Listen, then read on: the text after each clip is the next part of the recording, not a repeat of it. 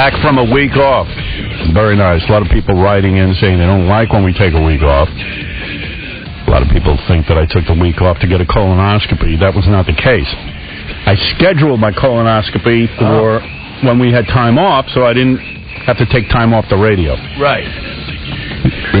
Because that whole colonoscopy thing is a big pain in the ass. Well, that's true. Yeah. Literally. Because you can't eat for a whole day, and I knew I'd be cranky. Hey, Brian, what's up? Howard, you goddamn sea sucker. I'm surprised you didn't take off this week, too, because of Mardi Gras, for God's sake. Wait, is it Mardi Gras? Yeah. What are you doing We here? have to leave. Jesus Christ. You know what? I understand that you want to take your weeks off, but for every holiday, Howard, what's the deal, man? Dude, I get my weeks off. I take some time off. It's you can't be all about work all the time, man. Well, we love you, brother. We love you. No. But when you come back and you bitch and you moan about, you want to quit the job and everything, listen, I do. you start working a 12-hour day, my friend. That's real work. Be quiet. Listen, man, we all work hard. Don't worry about it. You're sitting on your ass looking at ugly dog-faced skinny broads? I don't think that's work, my friend. Okay. Robin, my Mike Nelson amphibious nigga, how you doing, baby? When are you going to let somebody come over there and drool in your brown eye? Jesus.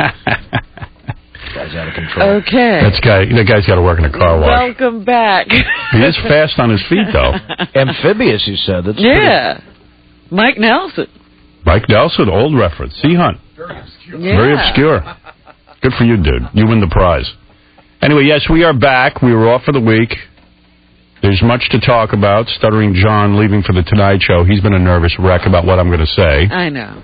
I'll It tell was you. funny because I didn't see the news. I was sort of out of touch, and as soon as I landed, that's what I heard. Yeah. Well, that's it. The Yankees got A-Rod. The Tonight Show got John. Well, I've spoken to Jay Leno twice, because I guess John gave him my home number. Oh, really? Yeah, I don't know how he's got it, but he's got it. And you better straighten it out with him. Howard's mad. Howard's mad. You better smooth that out. Yeah. But John is leaving. He's here for the last week. He's going to, I guess, promote his Tonight Show job for the next week. And but he's here for the week to finish out his 2 weeks' notice, because this is like a secretarial job. You give 2 weeks' notice, then you leave. Yes. And he planned it just right. Gave us notice a week while we were on a vacation. Right, and the announcement was on vacation. That was interesting. Doesn't matter who he inconveniences. I mean, Gary uses him out there for God knows what, but, he's like, I could take a week of my notice while I'm on vacation. Right. Well, everybody's off, and nobody would be able to replace me. I got to get to my new gig with the very edgy Jay Leno. I'll tell you about my conversation with Jay Leno. Jay is the biggest douchebag on 2 feet. I am convinced that there is a robot inside that man. Oh, yeah. He is the oddest human being. I wish John well. I said, hey, John, you're getting a lot. Evidently, they're paying him like $500,000. Whoa, really? Yeah, to go and be the Tonight Show. And you go, gee, well, why would they pay John? I was sitting there going, oh, man. Gee, why would you pay John $500,000 to be the Tonight Show announcer? Is that just the announcer? When you're announcer, that's the salary? No, the last guy made about $250,000. Really? So they had to have John. So we're going to try and piece together why they had to have John, even though Jay goes, no, it's not like that. What do you mean it's not like that? No, we saw him on Celebrity Get Me Out of Here. That's why we want him. Really? I'm a celebrity. Get me out of here. I go, I see. They never watched this show. Yeah. Doesn't have to do with the fact that you rip off every goddamn piece of this show. Right, he'd already taken every bit. Yeah. And made it lame. So he didn't need John to take the bit. Jay is the wackiest asswipe I know. I mean, I can't believe what a jerk-off he is. He looks like a fool. He's paying $500,000 to one of my guys, and I said to him, I'll tell you the whole conversation from beginning to end. I should have taped it because it was so funny. Well, yeah, we should have gotten some programming. He goes, hey, I'm just calling. I find, are you mad? I go, am I mad, like in mad cow disease? No. Am I crazy? I said, what do you want from me? He goes, I just want to call, make sure everything's okay. Everything's not okay. I said, as long as you're calling me. I said, how much more material are you going to take from me? I said, you make $14 million a year. Letterman makes $31 million a year. Why don't you ask NBC for the 31 and pay me the rest, since I'm writing material for you now? Mm-hmm. What are you talking about? You're not writing anything for me. What are you talking about? I go, let's see. Instead of John, who you tried to hire a couple of times, to go out on the red carpet and ask silly questions like I do. I said, so you have a gay guy now answering questions on the red carpet, you know. Or visiting places. No, he goes, yeah. no, Steve Allen did that. I go, oh, Steve Allen. I said, so now you're mentioning Steve Allen because you hear Letterman always mention Steve Allen. I go, I guarantee you haven't even watched Steve Allen once. I don't even think you know who Steve Allen is and what he did. What do you think of that? I said, you're so full of crap. I go, a guy going out on a red carpet asking these absurd questions was started by us. You tried to get John to do it. He even tried to hire John while he was working on this show to go out and do the same bit. Yeah. But then I guess we forced his hand. He had to go get a gay guy to do it. He had to actually put in some work and find his gay guy to do it. And then I said, we do a little bit on the show that's pretty successful called, you know, the homeless game or the stripper game, where we ask people easy questions and see how dumb they are. Oh, no. Steve Allen did that. Steve Allen did that too. Steve used to go out on the street. I go, you know what? You're emotionally bankrupt. You can't even admit that you take crap from the show, major hunks of the show, and call it your own. I said, but what's unbelievable to me is you're so lame. You're now going to take a guy who's identified with my show, Stuttering John. I said, why not get Gary the Retard to be your band leader and Beetlejuice to be, like why did you get all those guys? Surround yourself. I said, there's nobody in the world you could have gotten or developed. I said, there's no comics you know who have a comedic, you know, mind. No, we don't want a comedian. We wanted, you wanted a guy associated with my show. I said, here's what's going on, Jay. You can't get 18 to 25-year-old men. You're never going to get them because you're lame. I said, you're like, you might as well put on a dress. I said, that's how gay your show is and how lame it is. This is exactly what I said to him. And I said, what you're trying to do, and you know what? I said, I'm happy for John. If John can make $500,000 a year, God bless him. I mean, I can't argue with that. Jeez. I'm not going to be able to tell him not to go. I love John. I'd love to see him stay. But I said, but what you're doing is, you're taking like everyone I know in the business is talking about how transparent and lame and gay you are. That you can't even develop your own people. Like, take your own stutterer and make him the announcer. You can't even waste time doing that. You just want to lift. No. You don't understand. What are you so mad about? I go, I'm not mad. I said, if you want to pay John $500,000, he goes, well, you know what? He goes, I understand you guys weren't paying him that much. I said, oh, Jay, I get it. You're worried about all the people in the world who don't make enough money. Let me give you a list of everyone on my show and what they make. I was going to say, there's more here. You could get KC to be your band leader. You could get Beetlejuice to be your, I don't know, talent show coordinator. I said, and then I'm going to give you a list of all the people below the poverty line in this country. Maybe you could give them $500,000 jobs. They don't get any money either. Because then President Bush wouldn't have to worry about unemployment. Ronnie the limo driver would do excellent security for you if you could pay him more money. I said, you are so frigging lame. Good luck to you. Good luck to your show. I said, I'll go on. And then you know what I found out? What? His previous announcer was Letterman's production guy. Oh, really? Yeah, it's like weird. I didn't know that. Yeah, he tries to get him, like, he tried to give Dave the minor FU. Oh, my. So I said to Jay, and, you know, I'm sure he'll tell you the same thing. I said, you're a bizarre man. You have you're bankrupt, creatively. I said, there's no doubt you're bankrupt creatively. What you don't take from my show, you take from Letterman. I said, this move is as bizarre to me as when you hid in the closet and spied on the NBC executives. I said, this is bizarre. This is as odd to me as when you sat in the closet. What are you talking about? I go, you haven't heard a word I've said, have you? He goes, are we still going to be friends? I said, first of all, I'm not your friend. I never was. I said, at the end of this rant, are you going to say, okay, see you later, and talk to you next week? He goes, well, if you're so upset about John. I said, dude, my show will not miss a beat without John. I've already spoken to 20 people that I've been trying to hire for years that I now have the budget to hire, because unlike the Tonight Show, I don't have unlimited budget. Tom Chiasano doesn't give me an unlimited budget by any means. No, working with your hands tied. Yeah. I said, it's fine. I said, if you want to hire every one of my staff and pay them $500,000, I'm happy for them. I said, I can't hold them here. I said, but you are the gayest, lamest human being on the planet. There's nobody else on the planet. I said, I got a relationship with your show. I've done your show. You've done my show.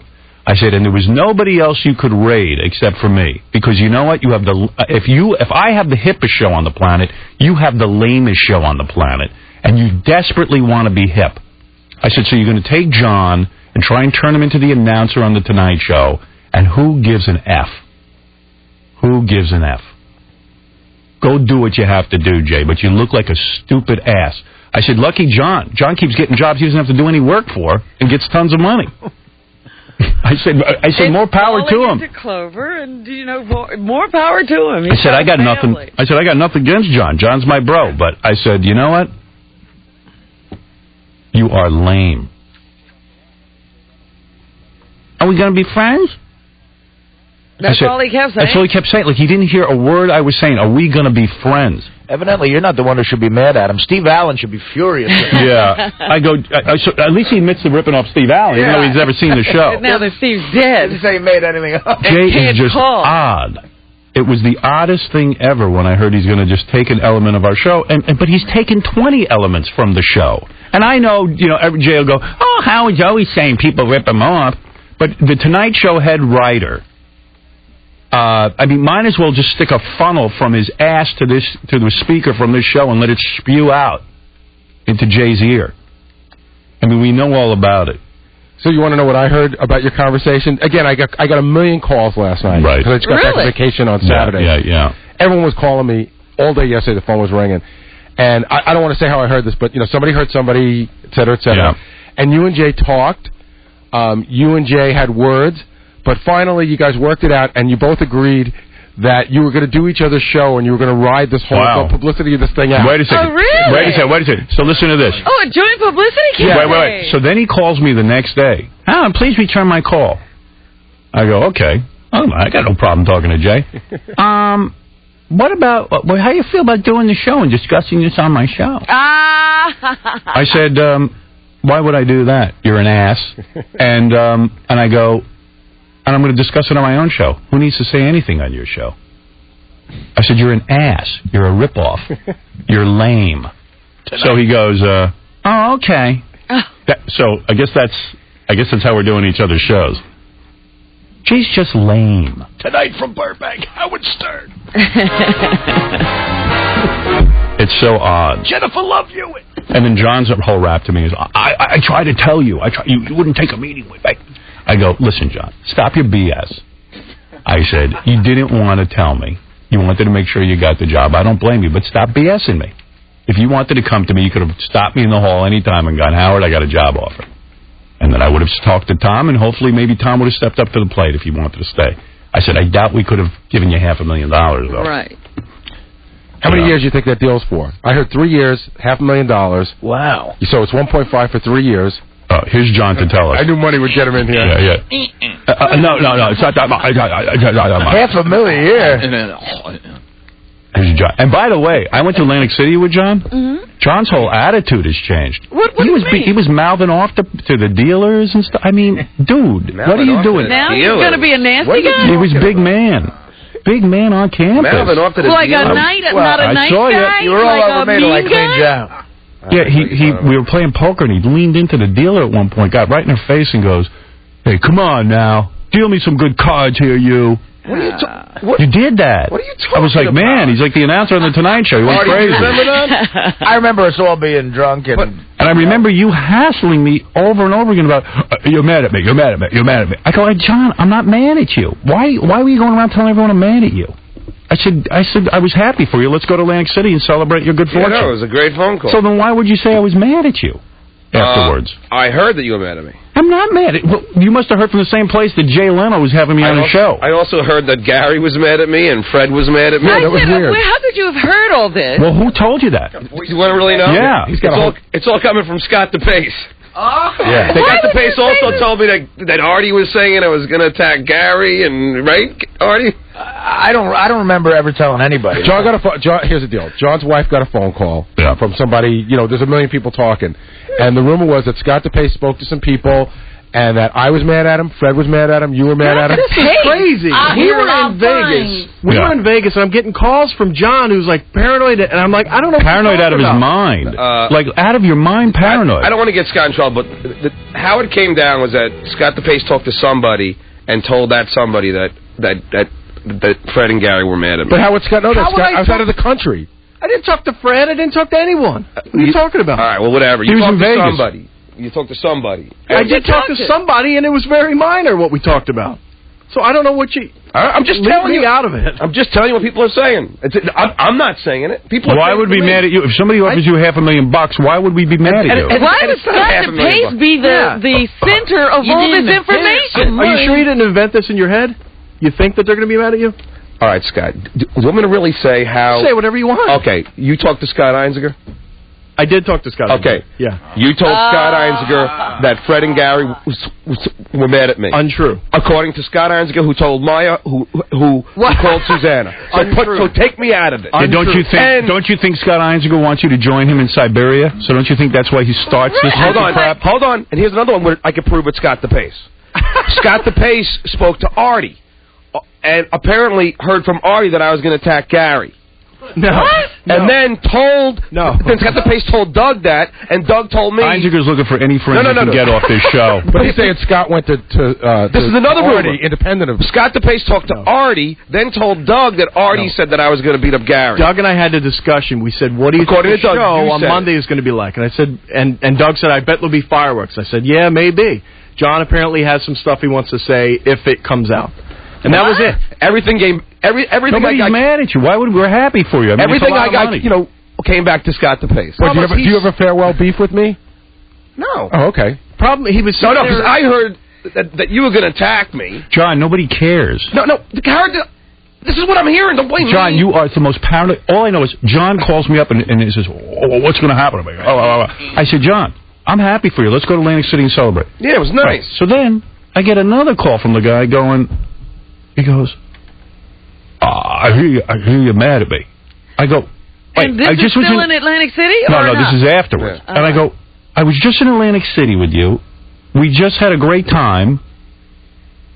What have I done to tell you that I'm mad at you? I said, I have a beef with Jay. I think Jay is lame as can be. Jay thinks this is somehow going to make him hip or rub off, like he's going to have some of the Howard Stern magic. But he doesn't understand that John's organic to our show. He's not going to, and I know John wants to be the Ed McMahon and everything, and I hope that happens for you. But Jay's lame. And Jay's a one-man show. And Jay's just doing this to get some quick publicity, because I looked up the numbers. Jimmy Kimmel took a lot. Jimmy Kimmel doesn't get great numbers. But he took the young audience. He took 18 to 25-year-old males. Mm-hmm. So Jay's desperate. And I don't even know why he's going after 18 to 25-year-old males. He's never going to get them. 90-year-old people you got. To an 18 to 25-year-old male, Jay Leno is gay. Mm-hmm. He might as well put a dress on. But, I mean, and so he's going to try and raid my show.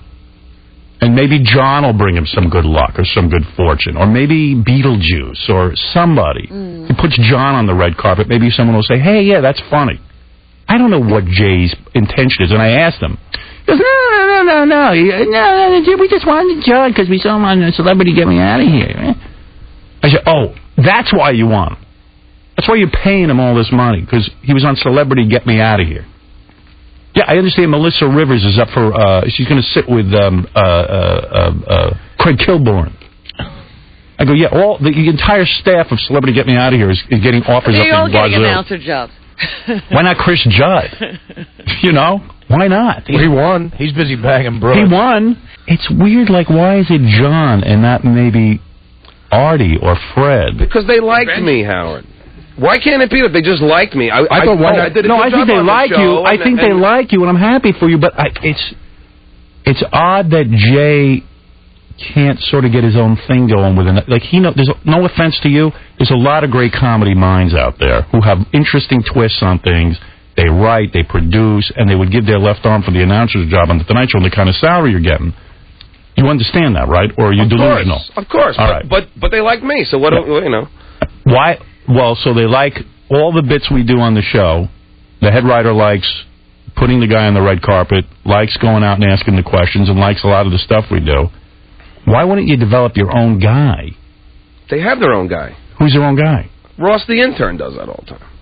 No, why wouldn't they develop their own guy as the announcer? Like, why lift something so identified with the Howard Stern show? Let me just say this, just so you know. A year ago, they asked me to be the correspondent. How many years is the deal? Ask Dave. Ask Dave Letterman how loyal Jay is. I mean, you signed a deal. You can't say it's for 2 years, for 5 years. I'm not allowed to say anything about it. You're not allowed to say that you signed a... It says it. I don't know. That's what it says in the contract. You cannot talk about it. All right, if you go out... And I just don't want to screw it up, Gary, that's all. Okay, are you still going to do comedy? Of course. Okay, do you get to promote that on the show? I don't know. You don't know? No. Of course, that's a shocker.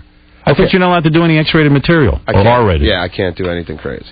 All right. I can't do anything, and I'm not going to be stuttering. I think you should be stuttering. How can you make yourself not stutter? No. In other words, it's going to be John Melendez. Oh, well, that's different then. They're hiring John Melendez. Is it true that you're getting a speech coach? That's what it said in one of the I have a vocal coach for the announcing aspect, but not for the stuttering. Okay, when you go to do remote, say they send you to the Olympics, fly first class, get an extra extra ticket? They fly me first class every single time I've been out. Okay, do they pay you extra if you go to do stuff like, say, you have to come into New York to do the upfront? Do you get paid extra for that? Well, no, it would be part of everything, you know. I got all these money questions. I just can't wait till they have John asking all the goofy questions. No. I'm not asking any ambush celebrity interviews. That's your thing. And by the way, oh, that's my thing. I guess they'll have the gay guy do that. That's what the twist is. That's Jay's thing. Oh, that's the twist. No, I'm going to call him John Melendez. It's not the same thing. No. In fact, Howard, this was really a part of the job. I just want you to know something. Yeah. I'm not allowed to stutter when I announce.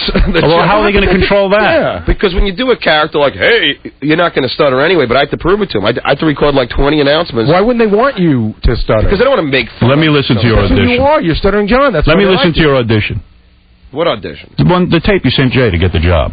Do you know how they sound on the TV? Let me see how you do. These are the ones that was supposed to be it'll... What? This is you in the recording studio here doing your announcing. Oh, the one that Scott promised me he'd erase? Yeah. We don't erase anything. It'll sound right? Right? Here's the audition. From the NBC studios in Burbank, it's The Tonight Show with Jay Leno, featuring Kevin Eubanks and The Tonight Show Band. I do a lot better. And me, I'm Stuttering John. Tonight, Jay welcomes Pamela Anderson, Harrison Ford. Pamela. Dude, I'm so much better now than that. The music of Simon... Do it now. I'm here. That's like Scott pulling the worst clip he can to freaking make it funny. No, this is the whole 3.5 minutes I got. We didn't pull any bad clips. And Garfunkel. And comedian Jeffrey Ross. I'm unbelievable. And now, Jay Leno! There you go. Do another one, right? This one I'll be even more over this. You know, I'm so pissed at Scott. You know, I don't even want him to play this. He promised. I said... Doesn't matter. You're on the Howard Stern show. On the Jay Leno show. No, he wasn't supposed to. I told him to erase it. But if the tables were turned, you'd be saving this tape. Of course I would. Of course. So just take your lumps. Sit here and take It's The Tonight Show with Jay Leno. Yeah, why are you going to put on a voice, though? Because you got it. Why don't you just do your regular voice? It's The Tonight Show, man. What's up? Not like that. Just you can be excited. Just go, it's The Tonight Show with Jay Leno. It's The Tonight Show with Jay Leno. Yeah, why are you like, The Tonight Show? He's an announcer. I love the face. Let me hear the other The Tonight Show with Jay Leno. I like that better. I like the face. Are you going to be on camera when you do it? I don't know. Well, you signed a job. I figure you know what you're getting into. I think he's on it. Artie, don't you think this is the most bizarre thing ever? I got to say, I must confess that I've known about this for a while. Right, I know you did. John wanted somebody to talk to about. Right. And I'm very happy for John. John's my friend. I hope he always will be. I had the same reaction at first that I thought John should have told you, and I said that to him. And I also think it's really a weird move by Leno. It is.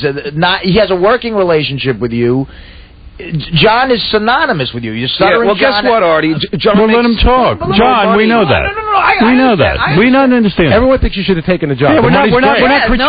You're looking to pick a fight because I think you need to do that, so it'll be easier for you to leave emotionally. But I just want people nobody to know cares. that there was no money. We're not criticizing. We're talking about Jay. We're not talking about you. I also said, you remember, John, as a comedian, if any one of my buddies told me they got a gig like this, I got to be happy for you, and I was happy. But anyway, but I said. You told me it was a no-brainer, actually. We have what every late-night guy wants. We have a edgy, hip show that attracts what advertisers want. But you can't have it both ways. You can't be milquetoast like Jay, lame like Jay, and then expect to have a really hip audience and have 18 to 25-year-old males who buy products and all that. You can't go both ways. And that's what he's trying to do, by the way. You know someone in recent... Look, the numbers, the 18... All he's doing is messing with my show. And I'll survive. I mean, you know, as much as I love John on the show...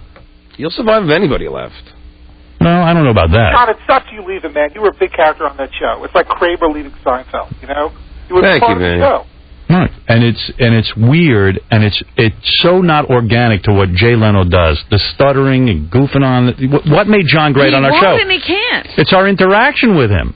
It's the way we interact with this guy. We goof on his stutter. We goof on him. We call him a retard. We call him a jerk. And John enjoyed that, by the way. Steve Allen did that, too. Yeah, but Steve Allen's going to do it. And what do you think? You think Jay knows John or knows what to do with him? I doubt it. It's going to seem contrived. It's going to seem bizarre.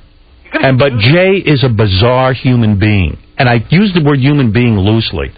There isn't a time that I've done that show that this guy doesn't look right around me. He can't look at me.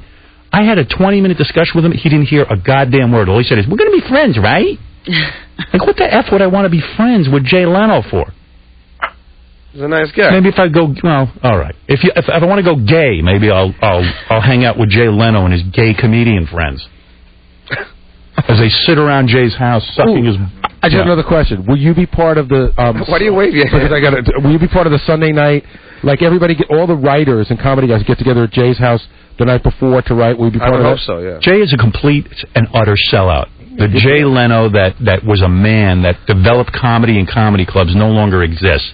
He's a rip-off artist. He's lame, and he can't even face what he is now. Howard, you know, he let his top guy go, Jimmy Brogan. A year ago, Jimmy Brogan was the guy who was with Jay from day one, in the house, working on the monologues. Jimmy looking for more money to NBC. They said no. Jay didn't back him up. He was gone. Yeah, that's horrible. It just has Bob Morton. What? Yeah, okay. What does that mean? Well, didn't Dave let Bob Morton go? We're not talking about Dave. We're talking about Jay. We're talking about Jay. You said Jay was loyal to everybody. I'm just saying, you know, Dave ain't loyal. John, Vinny's coming from John, he studies those numbers every morning like the Torah. If this number goes down one bit when you start, it will be attributed to you. And what's going to happen is you're going to be neutered. You're not going to do all the things you think you're going to do. You're just going to be saying, here's Jay, which will be great. But so what? What's wrong with that? He's getting tons of money. He's got the I'm all for that. He's got the opportunity to do more. If he does less, then what the hell? What's the difference? Just to say, here's Jay. I got to show up at 3 o'clock. I know you can sleep late. And I leave at 5. Right, that was the thing. I woke up this morning going, I'm he's jealous. not going to have to do this anymore. I'd like that job. He doesn't have to work on weekends. I'll do it. If he wants to do his comedy gigs, his price has just gone up 4 times. Right. Oh, yeah. No, it's good for you, and I'm happy for you, John. But hopefully, I like to be there early. Will you still put audio on some of your shows now that you're going to be a big star? See, that's the other thing. I can't do any filter material. His comedy price isn't going to go up. Oh, sure it is. No, it won't. Why won't it? No. Dude, don't you realize what this show is to comedy? 60-year-old women. If he's allowed to mention... If he's allowed to plug where he's going to be on the Tonight Show, his price is going to go up. You know what? Do you think Jay's going to start giving him plugs? Here's the thing you're missing, Howard. John, where are you going to be John Melendez from all right, here's the thing. I don't have to do these things. Right. That's the difference. You could, but I don't have to do But he's got a lot of... Listen, I don't have to be away from my family because it's 45 minutes and I need to take a break. Oh, yeah, we haven't broken lunch Here's yet. what I want to say. John, congratulations on your job. We do all wish you well. I love you, Howard. And listen, I thank you for giving me an incredible opportunity, and I'll never... And I will miss you. You're a good guy, and I love John very much. He's a good man. And Robin, we wish you luck. Yes. I love the woman that was on the phone with me that was crying. I was the not same the woman today. woman here, and I she was crying on the phone. Well, she's going to miss you. Why do you got to bring that up? What does that mean? I said that, and I You're stand still by stupid. it. I still maintain you're a moron. I will miss you, you idiot. You're an idiot, and you left this up. It's the only thing I can think. Hey, Howard. Yeah. Will you please talk about your 20-minute version of Close to You at your karaoke party? Yes, I will. Yeah, that was a great party. I even have it on tape. Oh, my God. Best party ever. Yeah, we had a big party, and I got to talk about a lot of stuff. John, that's it. Good for you. All right, what? No, I was going to say how hot Beth looked at that freaking party. Oh, my God. Thank you. And you know what? Thank Beth for inviting a bunch of her hot friends. Yeah. Man, that was good, wasn't it? Let me take a break, and we'll talk about that when we get back, right after these words. We went away on Friday. It seems like I've been gone for a month. I know. It was a long 1 week, wasn't it? Yeah, I packed a lot of crap into a week. So did I. It was amazing. Yeah. Saturday was Valentine's Day, so we had a Valentine's party for like 200 people, me and Beth. Great party. Great party, right? Yeah, it was Turned out beautiful. good. Really a good time. After you throw a party, don't you always go, I don't know if anyone had a good time? Oh, no, everybody had a great time. Did they? People were running around. They couldn't believe it. Oh, good, okay. Yeah, it was a blast. I rented out this place called the Angel Horizon Center. Yeah, and everybody was like, a foundation is what it had at the end of its name. And we were like, what kind of place could this be? Yeah, it's a cool place. It's an old synagogue, believe it or not, that the guy turned into like a hall where, people get married there, people have parties, people... And they still have services there sometime, too. Do they? Yeah, that's what somebody told me, that like on the high holidays and stuff, they sometimes have ceremonies. So we decided to have this, Valentine's Day party. It was sort of Beth's idea to do it. And I said, hey, that'd be fun. Because what the hell do you do on Valentine's Day? It was a Saturday night. Yeah. So we had a couples thing. The array of guests was amazing. I mean, people would just say, you invited almost everybody you know. Yeah, I invited people that I knew, and then I didn't go the celebrity route. I didn't, invite people that are celebrities that are on our show. But it's funny. It's like, oh, there's Artie. Oh, there's Wood Yee. Oh, there's Richard Belzer. Right. It's just sort of weird. But I had Belzer because Belzer and I keep talking about getting together, and I don't know if Belzer had a good time because Belzer didn't see any famous people there, and I think he's about famous people. I think Belzer needs other famous people. Well, I knew he didn't know anybody, so I was a little worried about him. I knew that certain people would be disappointed, like Judith Reagan came from Reagan Books, who's my publisher. And I realized about 2 minutes in when she got there, she looked around the room, didn't see anybody famous. Right, yeah, she sat over in a corner, actually. Pouting. I mean, it was almost not in the building. She was sitting so far in a corner. Yeah. But on the other hand, Mary McCormick, who's fairly famous, had a great time. Yeah, well, Mary's a friend, She was great. It was so much fun to see her. Yeah. Mary, who played my movie wife, who, by the way, is pregnant. Yes. Over 3 months. And very happy. Yeah, right? Yeah. Husband's a nice guy. Nice guy. Yeah. But then there were people there that we didn't even know that you knew. Like Carol Miller. I didn't know you actually knew Carol Miller. Yeah, I mean, I met Carol here, which I don't really know Carol, but I always... Well, did you hear the story about Carol? Yeah. Carol, when she got invited to my party, thought it was a goof. So she actually showed up early at 3 o'clock in the afternoon to see if it was a real place. Yeah. Because she thought we were goofing on it. She was in front of me online to check our coats. Hey, how old is she? She looks damn good. She's got to be... She's older than me. She's got to be 50-something. And she looks great. Yeah. She looks like a teenager. Little black cocktail dress, great body. Did she have a face work done or something? It doesn't look like it. She had to have. She had to be tweaked. She has to be tweaked. You think? I didn't notice it if she did.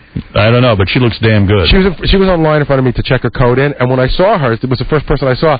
I guess I had a look of surprise on my face because I was shocked to see her, but I didn't say anything. I liked Carol when she did the show, and I used to listen to her when I was a kid on the radio. She was like, WPLJ. Yeah. She was like one of the first rock chicks, her and Alison Steele. So, I mean, I just kind of liked her, and I've kind of said to myself, I should be friendly with some radio people. But that was funny, because she really didn't think that it was possible this could be real. She read the look on my face. I didn't say a word. She read the look on my face, and she goes, I know, I'm surprised I'm invited too. Yeah. But I didn't say anything. You know what I did? I called her Pat St. John. Oh, stop That's funny. You were hammered. But I caught myself at saying, I said, Pat St. Carol Miller. So we had a party, and Beth got herself dolled up. Oh, she was beautiful. That dress was incredible. She went and got dolled up. Yeah, she looked all right. All the chicks got dolled up. We were online getting food, and a bunch of the guys were, all of a sudden you'd be there, and, some model comes behind you to get food. Yeah, there were a couple of statuesque girls in the crowd. Those are best friends who she works with? And they're model chicks. No kidding. Yeah. No, you didn't have to tell anybody.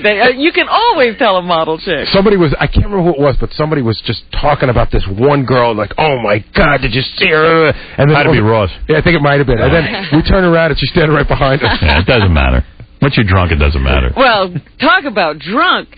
You were drunker than Artie. Yeah. And early. Sloppy, embarrassing. And early. Artie was sober compared to you. Were you? Yeah. I was drunk, but I mean, you were over the top. At the end of the night, Artie wasn't to me. Here's what happened to me. I'm now drinking. Like, I take vodka, but I put a splash of grapefruit. But when I say a splash, it might as well it's just hardly discolored. Right. I say to the guy, if I see any kind of discoloration, you put in too much. So, yeah, it looks like he's drinking pure vodka. So I'm thinking I had about 5 drinks, really, well, that's all. They said, no, because I got a report that you kept them coming. I don't know how. Maybe you stopped counting after 5. I really don't think I had more than 5, but they were big drinks. They were big, and they said Howard he had a glass in his hand at every moment. It was always full. It was a mistake.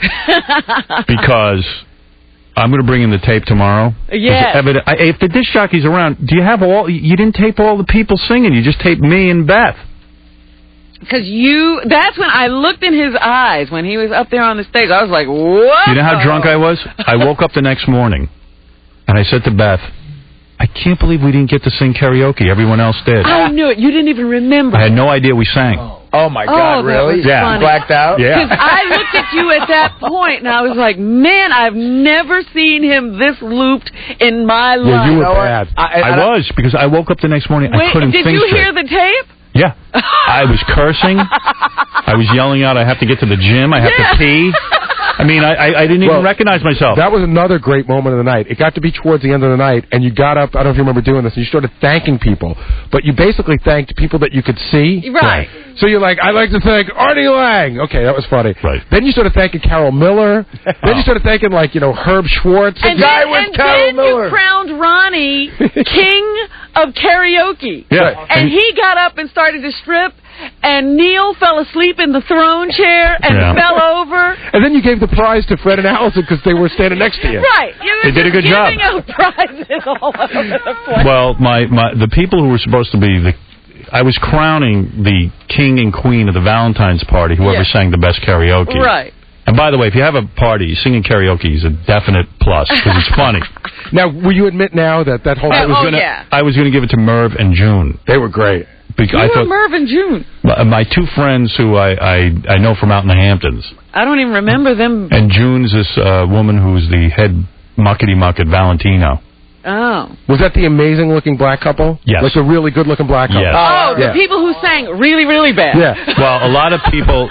I remember that. People came up to me and said, we're really racist. I said, why are you? When we see black people get up, we think they can sing. Especially good-looking black people. Right. So everyone was all excited for them to sing. They were so bad.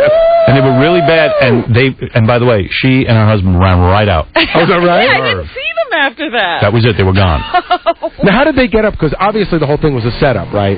Who got up on stage? Not entirely.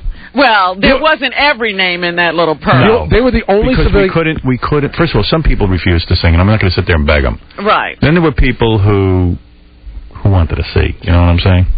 You'd be bored with them. Then we had I don't know how many people, and some people couldn't even find their songs.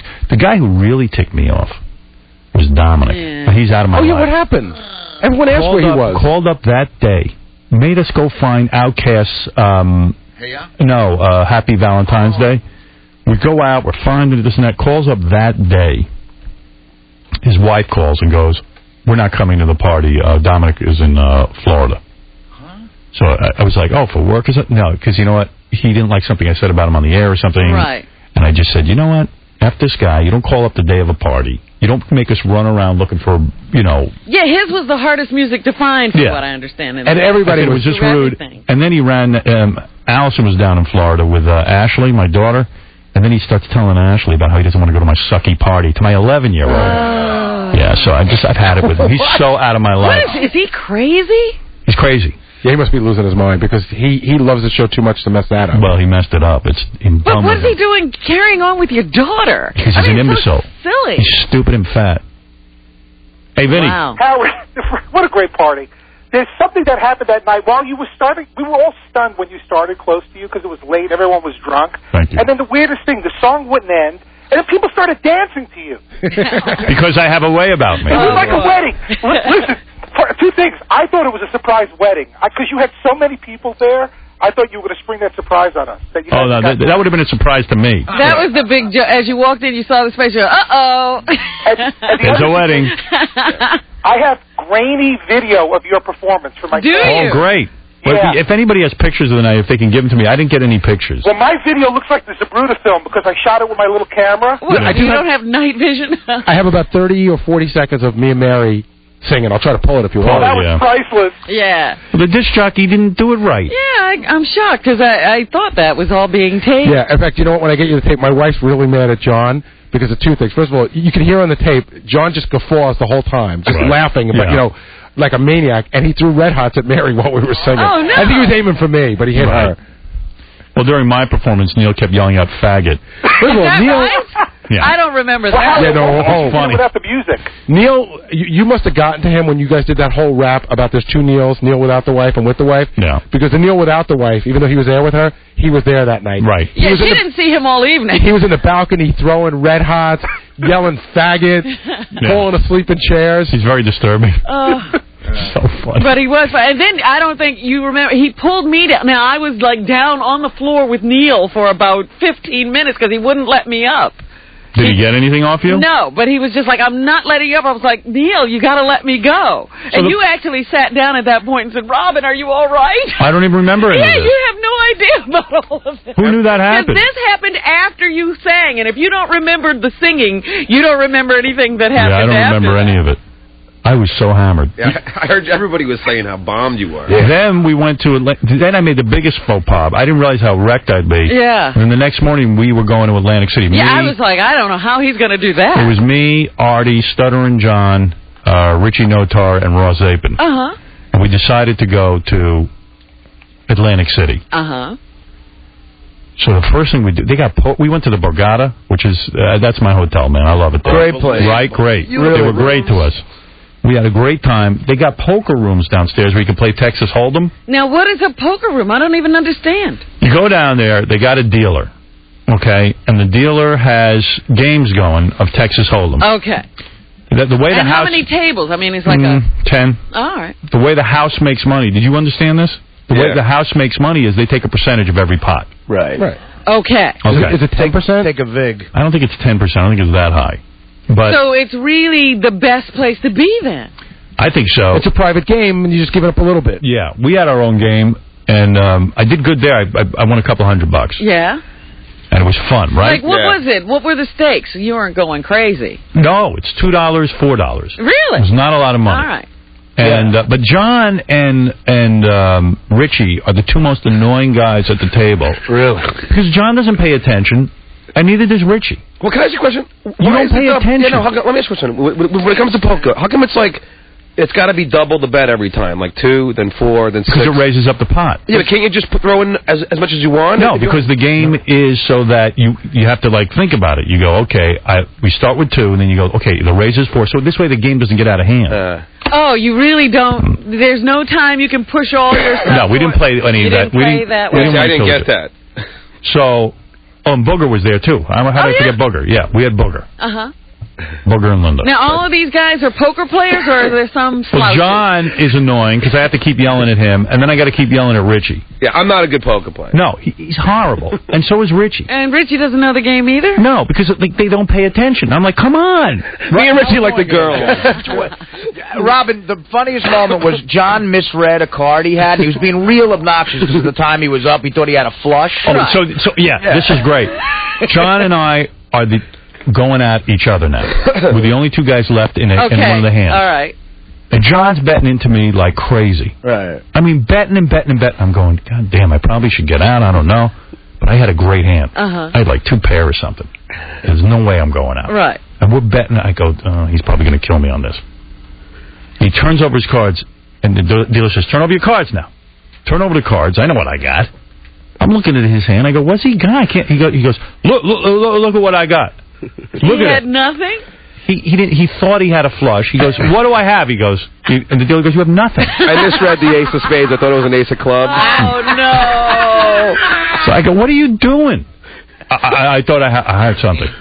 But as John betting on nothing. Yeah, then he goes, but I think I have a pair of 3s. But as John was like this, do you look at your hand at all? As John was raising the entire time, we'd all fold because he was raising. Right, and John with like a cigarette keeps going, oh yeah, get rid of all the pikers. Come on in. So you just took his money.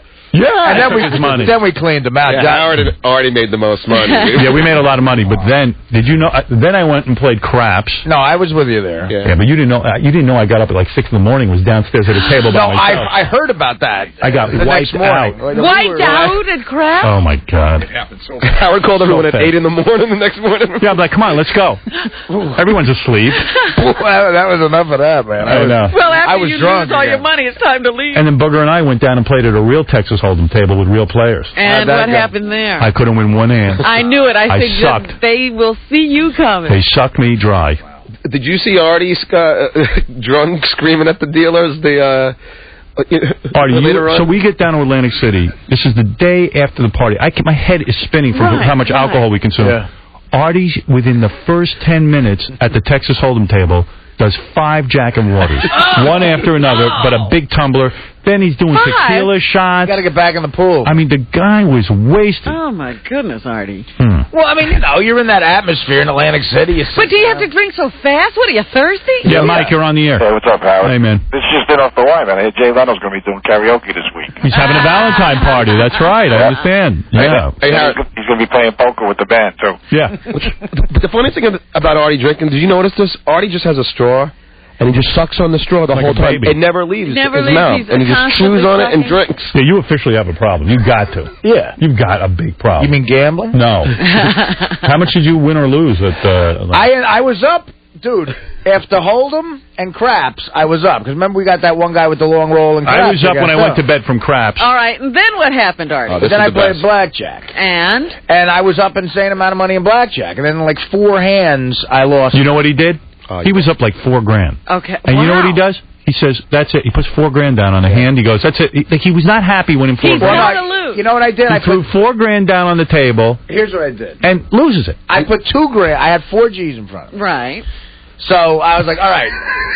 I'm up 4 G's. Yeah. So I said, screw it. I'm putting $2 grand in, and I'll keep the other $2 grand. One last hand of blackjack, but this is one last hand. Mother effers. This is what they do to me. They know. The dealer's showing a 5. Yes. I get an 8 and a 3. Ooh. Good. Yeah. You double down. Right. Yeah. Drunkenly, here goes the other 2. So now it becomes a $4,000 hand. Ooh. Sure enough. The dealer hits and gets a 21. Wow. What did you have, a 10? I had like a 15. I had like an 18. Okay. Yeah. Wow. I think it's all your money gone. That can't be. So, do you want to hear from Dominic, or do you want to just keep him banned off the show? Let's hear one last phone call. All right, phone call. Like John is leaving, now Dominic's leaving. Jay Leno can have him too. Yeah, here we go. Yes? I got an offer from Jay Leno. I bet. To die. No. I did not say a word to Ashley about the party. That's not what Ashley told me. My kid doesn't lie. You calling my kid a liar? About any party to Ashley. Why would I say I don't want to go to your party? Ashley got on the phone to me and she said to me, Dominic told me that I don't want to go to some dumb party. No, please, I would never say that. I love Ashley. And shame on you for making us. Yeah, I know. You knew you were going. No, I didn't know till Friday morning. Yeah. Well, you don't cancel somebody's party the last minute. What was so? But I didn't know I was going to Florida. It was an emergency in Florida? No, he was boating. Yeah. Well, that's ridiculous, weekend, but I didn't know I was exhausted Friday. But please don't be mad at me. It's done already. Oh. You're off the show. But don't say anything that. Say goodbye to the audience. It's your last one. All right, that's fine. Goodbye. Goodbye. Goodbye. Goodbye. There was a big buffet special in Florida that he tried to jam down his already abbreviated stomach. There was a real weird moment at your party where no one knew exactly when to start eating, and all the food was out. So I went over and ate. The first person who I saw go near a fork, I just ran up and I abandoned Dana, and she was like, "Where were you for 20 minutes?" Oh, I was eating. The food was real good, though. Yeah. Food was good. You know, it was like good, like chicken cutlet parmesan. Yeah, it was like Italian food. I love that. Mozzarella balls. And the shrimp scampi was really good. I don't know if I'm going to make that an annual event or not, but we'll see. Well, I don't know, unless you can get yourself under control. I will. You shouldn't. That was a mistake. I apologize to anybody I might have offended at the party. I'm sure you didn't offend anybody. You were real funny. The one problem with karaoke. Embarrassing. The one problem, though, you notice, like, the music was too low. Did you notice that? Like, it should have been loud. I don't know. It was hard to hear. Yeah. When you were up on stage. Good. And now, did you hear? Did you already talk about Ronnie taking his shirt off and stuff? Yeah, we talked about all that. Yeah. Dude, I'm saying this because I can relate to it. There's nothing worse than waking up in the morning and realize you blacked out, and the night before you spoke publicly. I know. Like you had a microphone and you were. And it was weird. Beth didn't want to sing because she kind of sucks at singing like I do, and she was being real quiet, and you were like, ah. No, so we had rehearsed beforehand, and I finally got her. in rehearsal to like do 2 or 3 verses. So she said, you got up there so drunk, you grabbed both microphones and boxed me out and wouldn't let me sing. I go, I don't know I'm doing that. You were hanging, you know, she was like, you had her wrapped up and you had both microphones. See, with karaoke, you want to be in the middle of the pack. Everyone's going to remember the first couple of tries. Right. And the last are going to be so loaded, and you're probably going to have that memory. Well, I'm going to work on getting the rest of the tapes, but I do have me, and it's bad. Well, you distinguished yourself. And the F word was flying and peeing and... Nobody. I never remember that being in close to you. All this talk about bathrooms and effing. Oh, it was really bad. All right, listen, we got to take a break. We will be back. I got to take a break. How much the party run you anyway? Oh, what do you think? Because let me tell you what the guess is. Everyone's guessing $100,000. No way. No, not that much. No, not 100. That's what everybody was saying. Tell me what you're making at the Tonight Show. I'll tell you about what it costs. I'll give you the exact number. And by the way, I signed a contract, so I can't say what it cost. There you go. All right. We're going to take a break. We'll be back right after these words. All right. Are we done discussing John's new job and my feelings on Jay Leno and what a jerk-off he is? Or are we continuing? I thought we were off that. We were just discussing the party. Okay. And gambling. Yeah, Mike. Yeah, hey, Howard. Yeah. Hey, how you doing? Hey. First of all, I just want to let you know I'm a big fan. I love the show. Well, I don't know if you want to get off the topic of Leno, but I think he's an effing prick.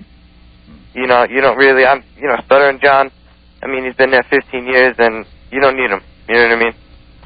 Well, no, we love John, but the thing is that Jay's just a really odd guy. And you know what, I'm not going to keep going into it because I did an hour and a half on it this morning. Yeah, no, I know. But he's a bizarro, and... as much as he tries to take hunks of the show, he's never going to be me. Of course. Because you can't be both. You either got to be edgy or you got to be, a safe milquetoast kind of guy. And what John has to do with his show is beyond my comprehension. But this is his attempt to sort of, I don't know. But, I mean, whoever needs to, rip off from someone else's show is just, a douchebag. Especially, your show is just... no one can mess with you. It's going to kind of be like the disco station that plays one rock song every 2 hours to try to get people to come over. It's just odd. It's not going to work. Yeah, it's just... And I mean, Jay called me, and I did take the call, and I described the phone call to you in probably too much detail because I don't want to bore you, but... Yeah. I mean, I told him what an ass he is. And I told him, I said, you're just an ass. You're just a dummy. I said, you're bizarre. Everyone in the industry is laughing at you. Yeah. No, they're not. No, they're not. I go, are we going to be friends? I go, you're not hearing what I'm saying. You're just comical in the ability to rip crap off. I said, this one goes right up there with you hiding in a closet like a girl, listening to the NBC executive so you can get the Tonight Show for yourself. You're just desperate, and you reek of desperation, and you're not edgy, and you don't develop your own stuff, and you'll take anything you can get. Yeah, you know what it is? He wants to be you, Yeah, well, that's cool. But he wants to be me, but he doesn't want to be me. He wants to be the good guy. He wants it all for himself. Too. He wants to have your ratings. He wants to... Yeah, exactly. He wants to get a guy like you, what are you, about 20 years old? 19. Yeah. Okay. He wants you to watch his show. Yeah, and it won't happen. Yeah, of course not. I mean, maybe you'll tune in to see if John say, "Here's the Tonight Show" once, but after you see how lame it is, and it's Jay, and he's not going to. Jimmy Kimmel is getting more men 18 to 25 than Jay. Yeah. Jimmy wrote me a bunch of memos on it, like not memos, letters. We email each other, and let me see if I can find them. There's something else too I wanted to say. Just to get off that topic real quick. Yeah. Dominic Barber. That lawyer? Yeah. My dad he had a case, he got locked up. Yeah, I don't want to go into all this. What? With Dominic. That's Dominic's business. Cares. And by the way, over the vacation, I read Al Franken's book, Lying Liars, it's great. Yeah? It's he is phenomenal. He's a funny guy. That's the one that Bill O'Reilly was upset about. I could see why. Yeah? He does a thing. It's really funny. I bought the book, and I said, on my vacation, I'm going to read Al Franken's book. Lying Liars Who Lie. I don't even know the title. And the first page, he insults me. Really? Yeah, he talks about how I'm like me and Ann Coulter are McCarthyites or something. And, like, it was just really insulting. And I just said, You and Ann Coulter, that's interesting. I can get past this if Al doesn't like me, but I'm not even sure why I'm like McCarthy, but evidently I am, according to Al. And you know what? If Al says it must be true, because you love this I love the book, and he seems to be right on about everything. If you read this book, you will never vote for George W. Bush. Yeah. Because what he does is he takes everything that you've seen in the newspaper and goes back and he gets 12 Harvard kids to research everything and to find out what really happened. Uh-huh. And when you find out the truth behind stuff, it is just frightening. And he does a chapter on Hannity and Combs from the Fox News Network that is so funny. I mean, I can't even tell you how funny it is. Really? I got to get this book. Somebody ought to fund him some money. Let him make a movie like, what's his name does, Michael Moore. Yeah. Yeah, he is really good. Well, he's going to be on that radio, the liberal radio I'll listen network to it. Or something. I'll listen to him if it's as good as that book. That's what he's planning to do. Lying liars who lie or something like that. I know it's all about lies that lying liars tell. Yeah, and it's really funny. Well, he's one of those guys, even if you disagree with his politics, you think he's funny because he's such a bright guy, But he convinced you, it sounds. It was awesome. The book is awesome. I'm going to give one to Scott DePace, who's like one of those guys who, the Republicans can do no wrong. I'm not reading that. I don't want my mind opened.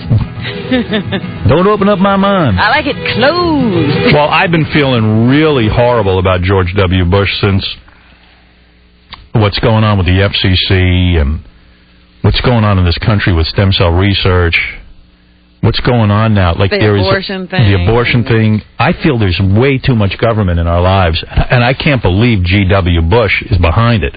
I think this guy is a religious fanatic and a Jesus freak, and he is just hell-bent on getting some sort of bizarro agenda through, like a country club agenda, that his father will be finally proud of him.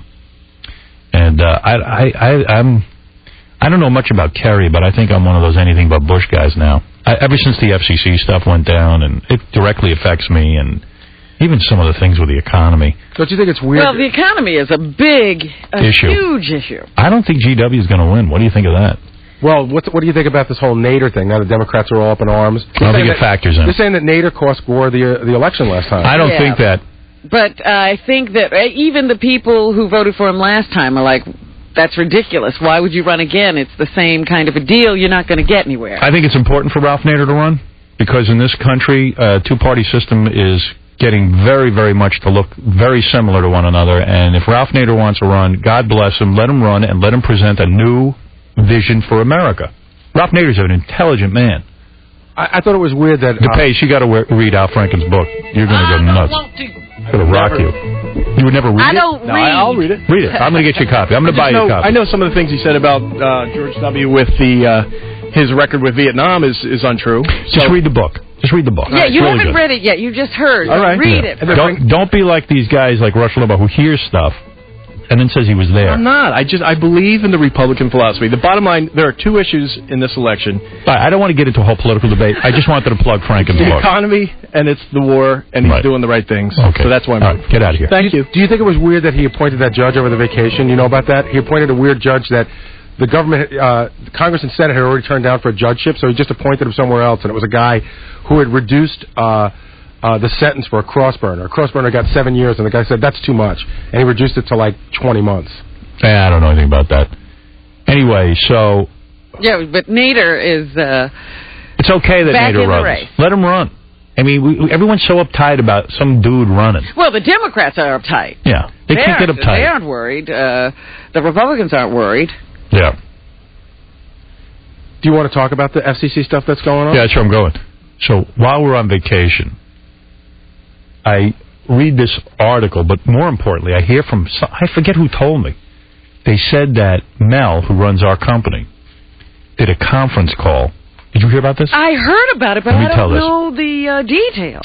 Mel, who runs our company, Viacom, CBS, you know, they're the guys who had the Janet Jackson thing, which is ridiculous because Janet Jackson's a G-rated performer. And they put Janet Jackson on during the Super Bowl, And now everyone's holding CBS responsible because she showed her boob. And who cares anyway? Big deal, boob. They even showed in a recent poll, nobody really cares. But everybody in Congress has made a big deal about it. Yeah. Well, evidently, I guess they rattled Mel's cage down in Washington, D.C. They made him testify. So he had a conference call with all of the general managers of the radio stations and said the following. This is what I heard. Now, again, this might not. Hearsay. This is hearsay.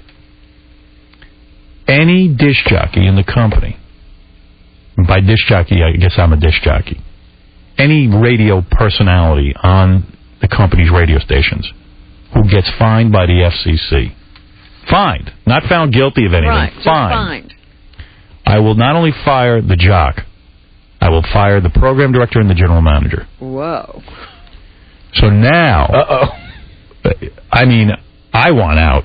I mean, it might as well fire me now. Yeah. Because all someone has to do is just make a complaint against you, and the FCC can get rid. Now the FCC is in charge of who's going to get to stay on the radio. The FCC is your boss. Well, Tom is running around here like a nervous Nelly because he doesn't want to lose his job. God. And he is running around like a chicken with his head chopped off.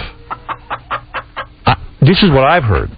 That there's a 5-minute delay now on a show? I heard that they added more. I heard we have 3 delays. Yeah. I heard we added... It's already horrible. I've heard we added another one that adds an extra minute of delay. Yeah.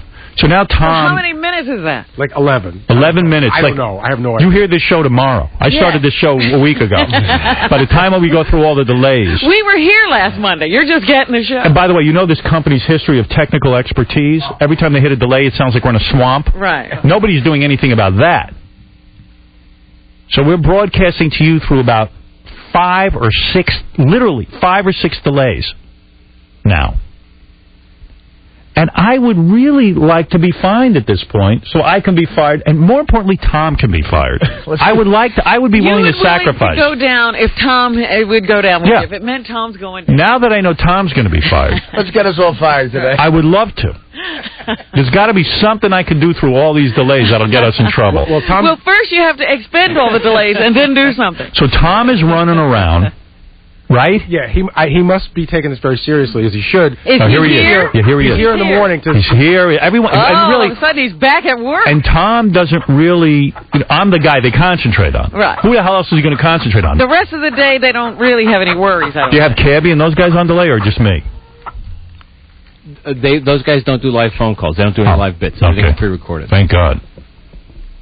So now... So how many delays do we have? 4. And who are you mad at? I'm not mad at anybody. Oh, I think you said you're so mad. How many minutes of delay is it in total? Minute and a half. That all? I thought we just added a minute. We did. So we were only on 30 before? Yeah. Now we're a minute and a half. I thought, wait a minute, how many delays are there? And it's only a minute and a half? Yeah. Wow. Takes all those delays? And by the way... So Tom is now going through all the bits. Tom is now analyzing. Recomb through all the bits. I'm so... how do I get out of this mess that we're in? I'm willing to say goodbye now. No, you're not. I am. I thought about it. I had a week off. It was fantastic. You know what I did? I played golf. Did you really? And I'm fantastic at it. What? You played golf? You played golf? I played golf. You were never supposed to pick up a golf club. My buddy Pat Menachia took me out on the course, and he said, "Here, this is what you do." I don't know why you practice so much. So I take the club and I swing it at the ball. He tell you keep your left wrist, keep your arm straight, and the other one you can bend a little. Right. I whack this thing. I'm on I was practically par on every hole. Really? You think I'm kidding? Yeah, I do. Now you got to go and play with Tom. I'll play you anytime, pal. No problem, buddy. I need help with what club to use. Right. That's why you have a caddy. I can help you there. Call me Tiger Stern. I mean, you should see me hitting this thing. All you got to do is get the ball right on the green. Well, of course, that's the object. Then they got this little hole with a flag. They couldn't make it any easier. And then you stick the ball in the hole. That's it. I got to see this. And now the golf cart. Play golf. The golf cart is so much fun. I love golf carts. That is the best How many holes did you play? I played about 4. Did you lose any balls? Did you like it? I did. I liked it. But I wouldn't play again. Like I didn't like it that much. Oh. It's still a waste of time. Oh. But did you lose any balls? No, I lost my balls about 4 years ago. When if you played 4 holes and didn't lose any, then you're good. I'm going to tell you something. One ball wasn't in the water, but I actually hit one off. It veered right. And where'd it go? Into the woods or something? No, it went near the water, and they let me place the ball. Right. But it was not in the water. I think I could have hit out of there. Tom, he played 4 holes and didn't lose a ball. I didn't. And he that was the first time he picked up a club. You're probably better than I am already.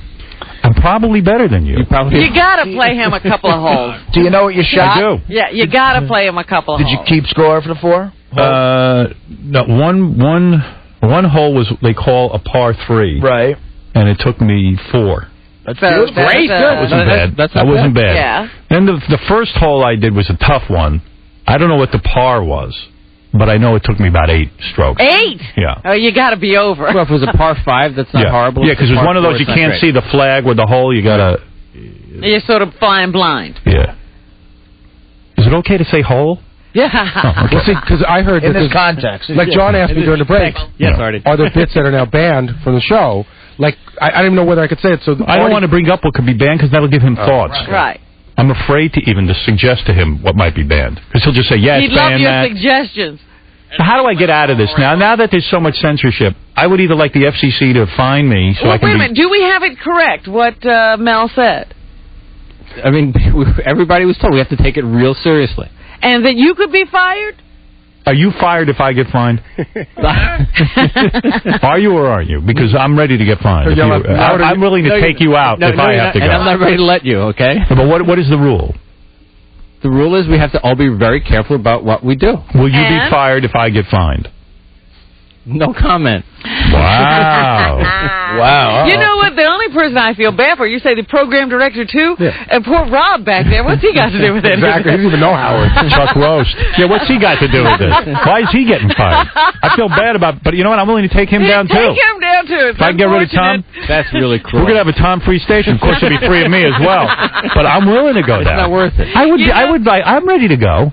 There are other people who would love it if you would just make that happen. Make Tom go away. I mean, I think it's outrageous that in this country I could lose my job because the FCC decides something's wrong. Somebody sort of decides without anybody else determining that they're right.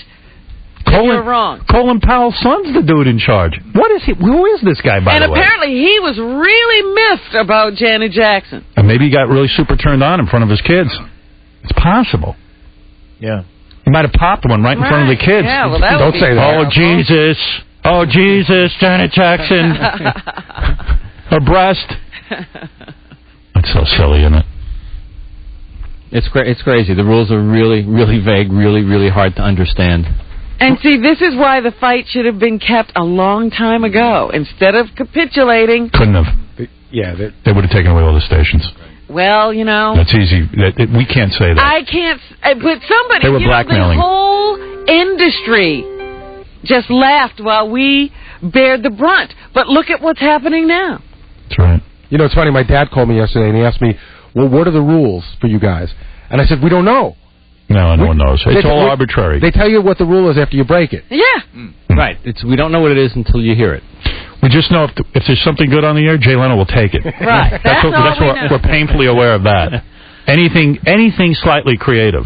Hey, when John came in to tell you, I heard he came in during the week last week. Did you make him a counteroffer, or you didn't even bother? There's no opportunity. He was already done. He'd already signed a contract. He didn't give anybody an opportunity. No kidding. Yeah. Mm-hmm. So anyway, this whole new FCC thing's wacky. Yeah, that's a brave new world. I want out. Honestly, I do. No. How do I get out? Yell out the F word. No, but he'll bleep it. But you yell it out 15 times. Right. You can't. If I was to yell it out 15 times, you couldn't possibly. We'd take the show off the air. Yeah. You know, that if you've never seen what goes on back there. Yeah. There's a whole bunch of delay units, right? They won't even let me get off. And then there's a cart. There's a cart. I'm not sure what's on it. But, you know, it's almost like DEFCON 4. It's an announcement of a technical delay. Right. Then at some point, we've never had to play it, but if you go over the edge, then they play this cart. Maybe Letterman needs an announcer. I could be the announcer. Here's Dave.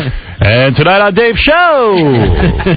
Wait, here's John's audition tape. By the way, I had a conversation with Scott. I said, when do we start recording? You were wrong about that. Really? You owe Scott an apology, and I'll tell you what. He didn't tell, John didn't tell him. Scott didn't know what that was about. He thought he was recording something for this show. He didn't know what John was doing. He didn't explain. Then we didn't communicate properly. I know you came down on Scott for this, and you were wrong. You were wrong because Scott just goes back there and goes. He goes, I thought it was like a bit they were doing. John told him it was for the show. I said, don't listen. Okay. And I said, then no problem. He didn't tell me that, but I will. And I said also, don't listen to Tom. Thanks. I said to Scott, you're not. I said, Scott, you're the only engineer. You're our guy. You don't. Well, thank God he didn't listen to John, because John would have had him. What he told me was that he thought it was he assumed it was for the show, not that John had told him it was for the show. He assumed it. And but you don't assume. Oh, come on. Stop it. Go back. Go upstairs and sell time. You can't get on Scott. It's not upstairs. This is great. Scott saved it. I know. It's good for him for doing that. Yeah. You're too uptight. How's he supposed to know that John's coming in there to record something for Jay He's not the police. Go ahead, Scott. You're going to get your apology. Well, say what? Why are you here? I guess you're talking about me, right? Yeah. Does he suck the energy out of the room? He's great at that. What? His wife was really nice, by the way. Thank you. And you were smashed at the party. She's great. And I'm very upset we didn't get to sing our karaoke. I know. Next year. We actually rehearsed. I heard. And Tom would have been great. We wanted to see Tom. You should have seen Penelope practicing with wooden spoons as microphones. Some people were telling me they didn't want to see all that karaoke somewhere. Everyone was driving me nuts. But Tom could have been one of the guys. You could have left me out. No way. And put Tom I'm leaving you out of anybody.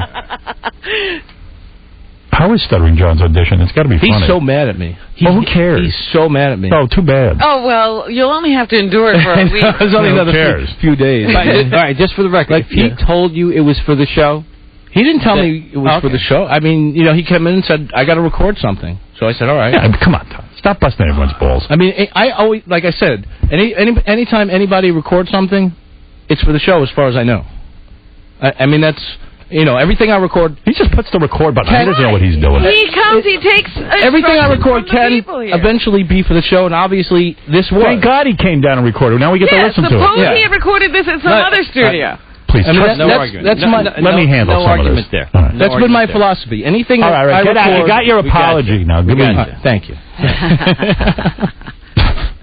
Do you know how they sound on the TV? What? But it'll sound right? Right? From the NBC studios in Burbank, it's The Tonight Show with Jay Leno, featuring Kevin Eubanks and the Tonight Show Band. And me, I'm Stuttering John. Tonight, Jay welcomes Pamela Anderson, Harrison Ford, the music of Simon and Garfunkel, and comedian Jeffrey Ross. And now, Jay Leno! Well, now I know why Jay couldn't live without that. He had to have that. I get it now. Now I apologize. You know what's funny about that? Yeah. Like Scott's saying about recording stuff, so why was he auditioning that girl in the studio the other day? I don't know. Don't worry about it. You're leaving. Don't even worry. Just leave Scott alone. It's over. You're on to a new show. You'll sit there and just debate with them. Let me do another one, right? Oh. This one I'll be even more over the top. Animated. From the NBC studios in Burbank, it's The Tonight Show with Jay Leno, featuring Kevin Eubanks and the Tonight Show Band. And me, I'm Stuttering John. Tonight, Jay welcomes Pamela Anderson, Harrison Ford, the music of Stained. And, I didn't want to do the same. Is that too over the top? Is that how it's... He's asking Scott, is that too over the top? Well, Scott's a maven on that. First of all, I thought he wasn't Stuttering John. He's got to correct that. Yeah. Is that how they are? Why is he stuttering? All right. And me, I'm from the Howard Stern Show. In an effort to make Jay look like something's happening. And there'll be a conveyor belt going from the Howard Stern Show to the Night Show. Yeah, it's like a candy factory. Howard Stern Comedy Supermarket. Up next, Beetlejuice and all the other stuff Jay likes. And me, I'm here to get the young males to listen to the show. Yeah, hopefully you'll think Howard's showing up. And Gary the Retard with stupid human tricks. Lamest asswipe on the planet, Jay Leno. I love John, but a professional announcer saying Pamela. I know. That's the tape that got him the job. Well, yeah. Yeah. No, it's because I'm a peacemaker.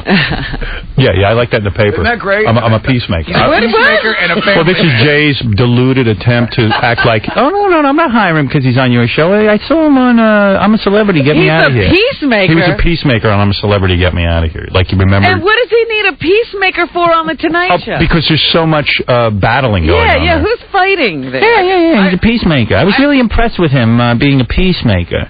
Because, you know how edgy our show is. And a family man. And then besides, maybe people will think I'm Howard if I hire all his guys. From the NBC studios, all right. Stupid ass Jay. Jay should put on a dress after this one. I just have to. Does John realize a microphone, you don't have to yell into it? It gets the No, he's excited. message across. I'm doing it from New York so they can hear me in L.A. Personally, I think Benji would have been a better announcer. Yeah? I'm surprised Jay didn't go after him. KC would be a good band leader.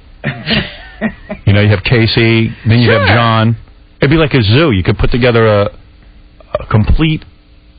Why not, get Elliot Offen to be the announcer? Now there's an announcer. Tonight, genius! How about getting someone on your own and developing some talent? Let's see. Jimmy wrote me this. Yeah, what did Jimmy say? Perhaps I'm being overly self-congratulatory, but it seems to me Leno's trying to carve off a chunk of your show to protect the young male demo I'm taking from him. In the meantime, he continues to cheapen the institution he inherited. Do these people really think Stuttering John would be anything were it not for the role you gave him? This is like giving Biff Henderson his own show. I really can't. I really can't stand Leno. He's the Rick Dees of television, desperately clutching at relevance and shamelessly stealing comedy and making it his own.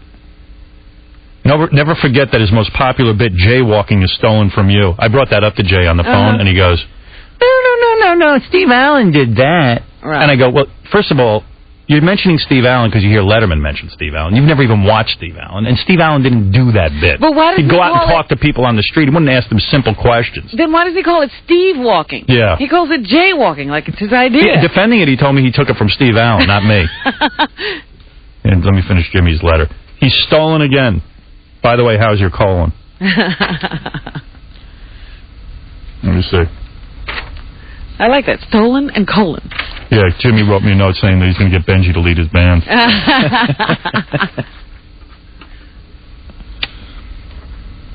Yeah, Jimmy wrote back. He's probably never even seen Steve Allen. Steve Allen did sketches and characters and songs. Jay does none of that. He stole jaywalking and John from you. He stole stupid pet tricks and dumb ads from Letterman. Yeah. He's a F.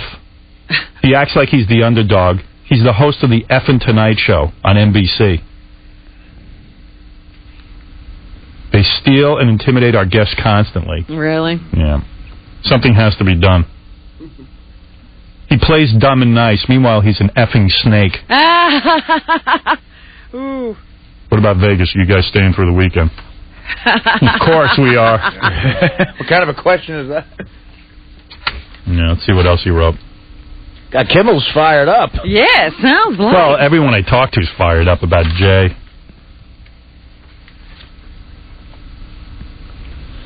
I had a private conversation with Letterman over the weekend. Oh, did you? Yeah, about some other stuff that I was talking to him about, and he had some words to say to me, but I'll leave that. Right. It wasn't meant for broadcast. All right. It wasn't meant for broadcast. You can tell me off the air. I certainly will. All right. Oh, I never got to the dudes from Bally's. Oh, yeah, we're doing the weigh-in. I want to see if these guys lost any weight.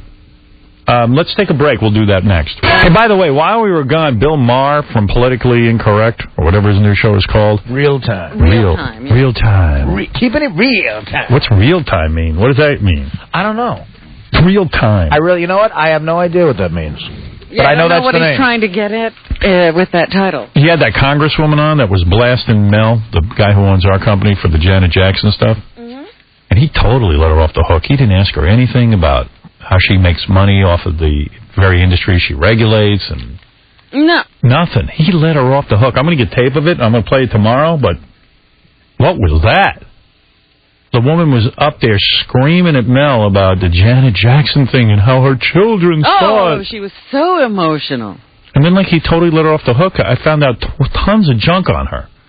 And he just, he asked her what her views were, why she was so upset, and off they went. Benji took the tape of, what's her name again? Heather Wilson. Benji took the tape of Heather Wilson yelling at Mel. Uh-huh. What is it, Wilson? Heather Wilson. Senator Heather Wilson. Yeah. Yes. Is she a congresswoman or a senator? Senator. Oh, she's a senator. I thought she was a congresswoman. Yeah. Why are you saying senator? I thought she was a senator. Well, it doesn't really matter. It does matter to me. Big difference. Yeah. Anyway, he took the tape of her yelling at Mel, and then was having is that supposed to be phone sex or real sex? Real sex. Oh. Play that for you. Of course, we had to clean it up beyond comprehension so that we could play it for you with all the new rules. Heather, I gotta tell you, you gave me the most incredible. You knew what you were doing. Well, you know what? I think you like being my little slut, and I think you want me to your again. I feel the same way. Here you go, you congressional whore. Take my. He put together quite a sexual. Totally awesome. Though she sounds into it. You can't fault Benji. Yeah. She sounded like she wanted it. Really? Yeah, and she sounds like Benji's kind of girl. Breaking him down. Yeah. You want to do this? What? What? You want to do this? What? We got to get a new stuttering guy now. Well, the doors are open. Got John the stutterer. Might have him take over. You think he could hold down a job? Yeah, sure. Answer the phone? Job? I mean... Yeah, I think he could answer the phone. Everybody came out of the woodwork looking for John's job. Oh, yeah? I mean, some really good people. You want to name names? Jackie the Joke? Yeah, he's answering phones. We got a lot of good people. I don't know if they want us to say their names, though. Some of them are okay. Yeah. Sal the Stockbroker. Well, yeah. Chauncey. Penny Crone. Oh! She's between gigs. Yeah. Penny said she'd do it. Penny was like, hey, this is crazy, but if you don't ask, you don't get. We're thinking of actually... Oh, can I talk about that on-air thing we're going to do? The contest? Yeah. We're thinking of actually... You know how, like on The Apprentice, they think it's... Like, you think you're getting a job with Donald Trump, but you can tell you're not. Yeah. Like, we were thinking of opening it up and doing that kind of... Like, if you want John's job... And then actually giving you a job. Really auditioning people for the job, like an apprentice thing. Yeah, and you got to do 5 tasks. What are the 5 tasks? Well, I think one of them was you had to do a bit, you had to do a celebrity interview, you had to find a wacko for the show, you had to do a song parody, and a phone call. And then you get, then we'll have America vote. All right. It's John's job. Win John's job. Yeah. Win John's job. What do you think? I like it. And then you get to have a job with Leno, if he likes you. In a couple of years. Since we're his farm team. Right. He'll probably tap you for the announcer gig. Yeah, Jay and his head writer really liked the homeless game, and they figured, well, the Tonight Show can have it, because they're the Tonight Show.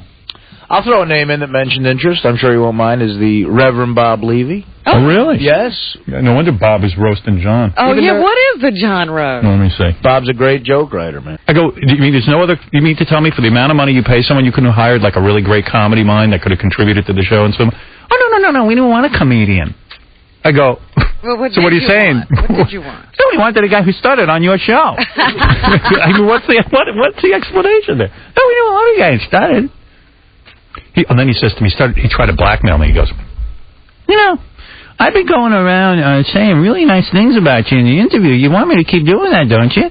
I said, you know what, Jay? What difference would that make to you? I go, Jay, I tell you what. It would be hypocritical of you to go around saying bad things about me, considering how much crap you've swiped from me.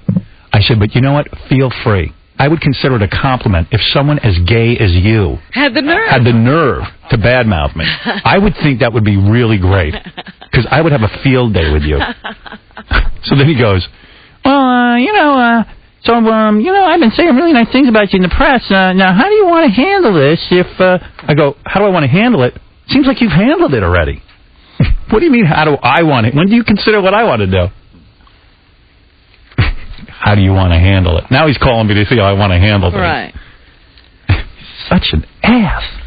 I mean, an ass. It really isn't John's fault because No, I'm happy for John. I mean, in John's position, what was he supposed to do? If I was John, I'd do it. But by Leno not calling you, it puts John in a weird way of like, well, what do I do? Is Leno going to get mad if I tell him? I don't know. And I mean, you found out a day before the New York Post found out. I know. No one gave me any heads up. How are you going to comment on it? I love that he goes, yeah, how do you want to handle it? How do you want to handle it? Then I go, I said, I'm not handling anything. It's your gig, dude. A little late for that. I said, just let me know if there's any other guys I can turn you on to. You'll handle it the way you handle it at this point. I said, I'll tell you, the only way I see it is if you were in a nightclub and you developed 20 original minutes and some dude walked in and took 10 of them. I said, that's what you're doing. It's brutal. I said, that's all you're doing. You like what I do and you want to do it. I said, so be honest and be upfront about it. No, Steve Allen did it. Steve Allen. You guys listen to Steve Allen. Steve Allen. Yeah, Steve Allen. I said, show me a tape of Steve Allen doing it. So he's still not saying he's original in any way. No, it's all Steve Allen. He's just been ripping off Steve Allen, not me. I said, well, show me a tape of Steve Allen going on a red carpet and asking dumb questions, and show me a tape of Steve Allen going around the street asking people easy questions and waiting for them to answer. Show me a tape of that. Oh, I actually haven't seen Steve Allen do it, but I don't know. I'm sure he did if Dave Letterman did it. Shut up. You know, the day it was announced in the paper, I actually watched the Tonight Show to see if he would say anything, and the bit he had all-star jaywalkers. Yeah. He had 4 on one side, 4 on the other, and he was asking them dumb questions to see who would be the dumbest. Right. You didn't have anything to do with that. I mean, come on. We didn't get that from your homeless game or the stripper game. We didn't get that. That's all Steve Allen.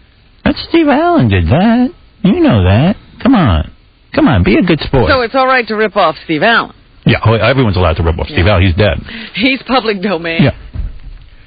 Jay the douche. Yeah. So it only took 3 hours and 45 minutes for John to get affected. He's out there yelling at Scott, still about giving the tape. And at one point he yelled at Scott, he goes, I have more money in my bank account now than you'll have in your whole life. Oh, yeah, I told you he's acting weird about his new job. He was so rude. Did he say that? Yeah. That's creepy. That's crazy. What's that got to do with anything? He's all taken with himself out there. And one written down. I don't know how they do that. Ready? From the NBC studios in Burbank, it's The Tonight Show with Jay Leno, featuring Kevin Eubanks and The Tonight Show Band. What? I never said that. Did he say that? Are you bad-mouthing John? Wow. I don't know where Gary got that information. Did he say that to you? I was walking down the hall because he's just so mad at me. So what if he's mad at you? I said I'll make Scott's life right to be mad for the next 4 days. That's all I said. Go out and have a good time in L.A. with Jay Leno and enjoy your life. I mean, that's what I said to you. I'm happy for you, but now all you're concerned about is how mad you are at me, and you're the one that throws everybody. You're the one that throws everybody under the bus, and you can't take it when somebody does it to you. Go to L.A. and have a good time. All right, get the hell out of here now. All right, why do you leave today? Hey.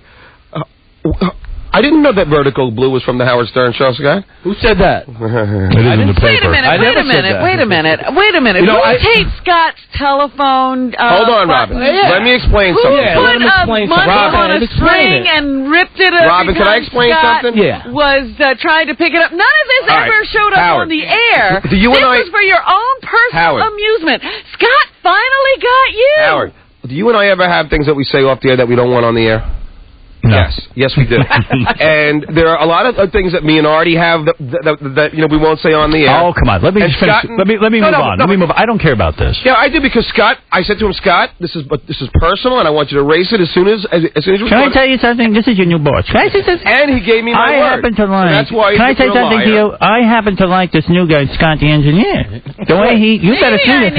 Maybe I needed Scott the engineer. That's and now from Hollywood, it's Jay Leno. There you go. I mean, come on. I don't stutter. Do you have Scott the engineer's number? He's good. He's good. I like it. Tonight, Pamela Anderson, Nicolas Cage, and me, I'm Stuttering John. You know what, Scott? I'm glad I finally made you funny.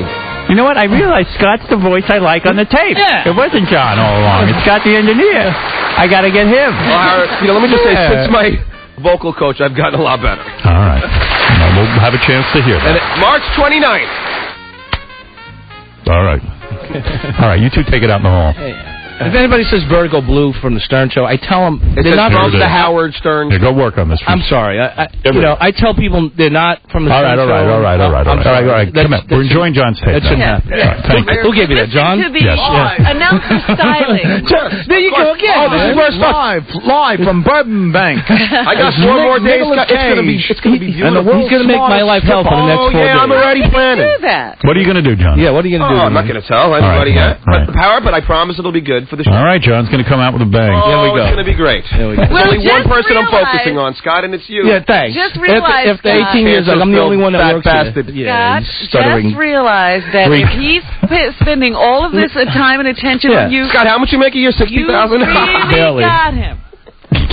I got him. $60,000 a year. How much he complaining about? 15 years. Look at him. $60,000 a year. Scott makes $60,000. He's out of his mind. That's what I make. I'm in a union. That's what I make. Okay. I can't do anything about it. Oh, $60,000 is a lot of money, but you complain about it all the time, and you keep saying how Tom's a prick to me. Yeah. Well. It's not arguing. Hey, let's just talk about everything, Scott. Why would I argue about that? I get half of what I should be getting. Everybody knows that, and I've said that many times. What if Jay Leno takes you away? I'll be gone. Sure. I'll be lying from him. Nobody would begrudge you. I'm going to apply to Letterman and Kimmel now and see what I can come up with. If you got something, I mean, God, how hard can it be? I mean, all you got to do is work for the Stern Show. Anybody will hire you. I mean, you know. They didn't want you, Scott. Apparently, they didn't want a bald, fat, bloated engineer. I didn't apply yet. I might as well. I didn't even think of trying. They just asked. I think so. I'm going to try now. Obviously, it's easy. You don't have to have any talent, do you? Well, didn't you listen to his audition tape? Yeah, exactly. That's why I didn't think it was serious. I was like, that tape bowled us over. This is a joke. Howard, I had to go there and record a bunch. I thought it was a joke. I mean, this was absolutely. We took one from you recorded it. John, I tell you what, I've never heard better announcing. It's a Tonight Show. John, can I just say something to you on your birthday? Remember your image. Now please don't argue with people and don't. Please. Yeah, you should be writing Scott a letter right now. You said some. Let's write him an apology letter. Jay sits at home and writes apology letters. So Artie, what's the over/under? A year on how much they'll put up with his crap? Or what? All right, guys, I got to move along to the Bally's contest. Get out of here, both of you. What will happen first? I get fired or Scott dies of cancer? I'll go with the dying of cancer. Well, I stopped smoking, so. Yeah. Howard, I'm going to start dangling on cigarettes in front of Scott. Do it. I'm going to start blowing I'm in front of it all day. Don't worry about it. John, this is Jay. No cancer jokes, and please do not make fun of people with cancer. This is not the Stern Show. This is different. John, actually, that's a joke, but I bet that's serious, man. They're going to like you making cancer jokes. Where is he going to make a joke? Yeah, really. He's going to make a cancer joke. He's going to be standing there. No, I'm saying. Hey, John, how you doing? Hey, Jay.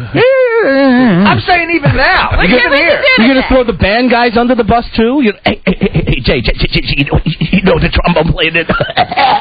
Now I have to write to every person with cancer. I got to write to every person with cancer now. You're killing me. I'm not making fun of cancer. No.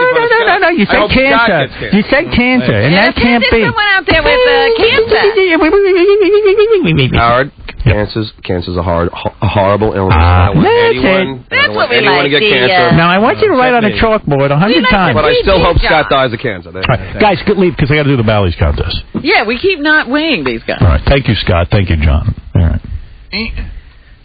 And me, I'm Stuttering John. Tonight, Jay welcomes Pamela Anderson, Harrison Ford, Kate Hudson, and comedian Greg Giraldo. And now, Jay Leno!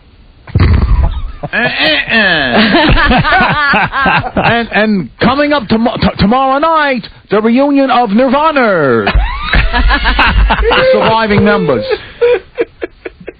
Beetlejuice is trying to get on the show now. Yeah? Yeah. Oh, me? Gary the Retard's going to be the band leader. Hey, retard! Hey, Retard! Tonight from Retarded Burbank! Oh, no, Gary, we're going to have you do the band, you be the band leader, but we're never going to call you Gary the Retard. Yeah, because we don't want anybody to think I'm stealing a bit from Howard. Do we? No. Yeah, we don't want to think that. I'm going to do the Bally's. We need to break before the Bally's weigh-in. Oh, dear. Well, break before the Bally's weigh-in. All right, let me do this from junk to hunk. This is our good friends over at Bally's. We're doing a little contest. There's 10 grand, I think, on the table. Yeah, $10,000 for the guy who loses the most weight. These are two guys from our audience. You got Thomas with his trainer, Kristen, and Rob with his trainer, Jeff. Now, does he look any thinner to you? To either of them? I can't make heads or tails out of whose weight is what. They do look good. All right, here's the guy. They do look good. I mean, remember what they looked like when they started. Now, it's been 2 weeks since we saw you guys. Remember, this is for $10,000, and let's call it a date with porn star. What's her name? Corinna Taylor. Thank you. Who was hot, by the way, didn't you think? Very hot. Very hot. So you've been going to Bally's every day. Which guy are you? I don't remember. I'm Tomas. You're Tomas. Oh, Tomas. You're not Thomas. You're Tomas. So, big shot. That's right. Tomas. How do you spell Tomas? T-O-M-A-S. All right, I guess Thomas. it is Tomas. I believe. Yes. Did Steve Allen ever do a weight loss contest? Somebody check with Letterman. Tonight, Tomas.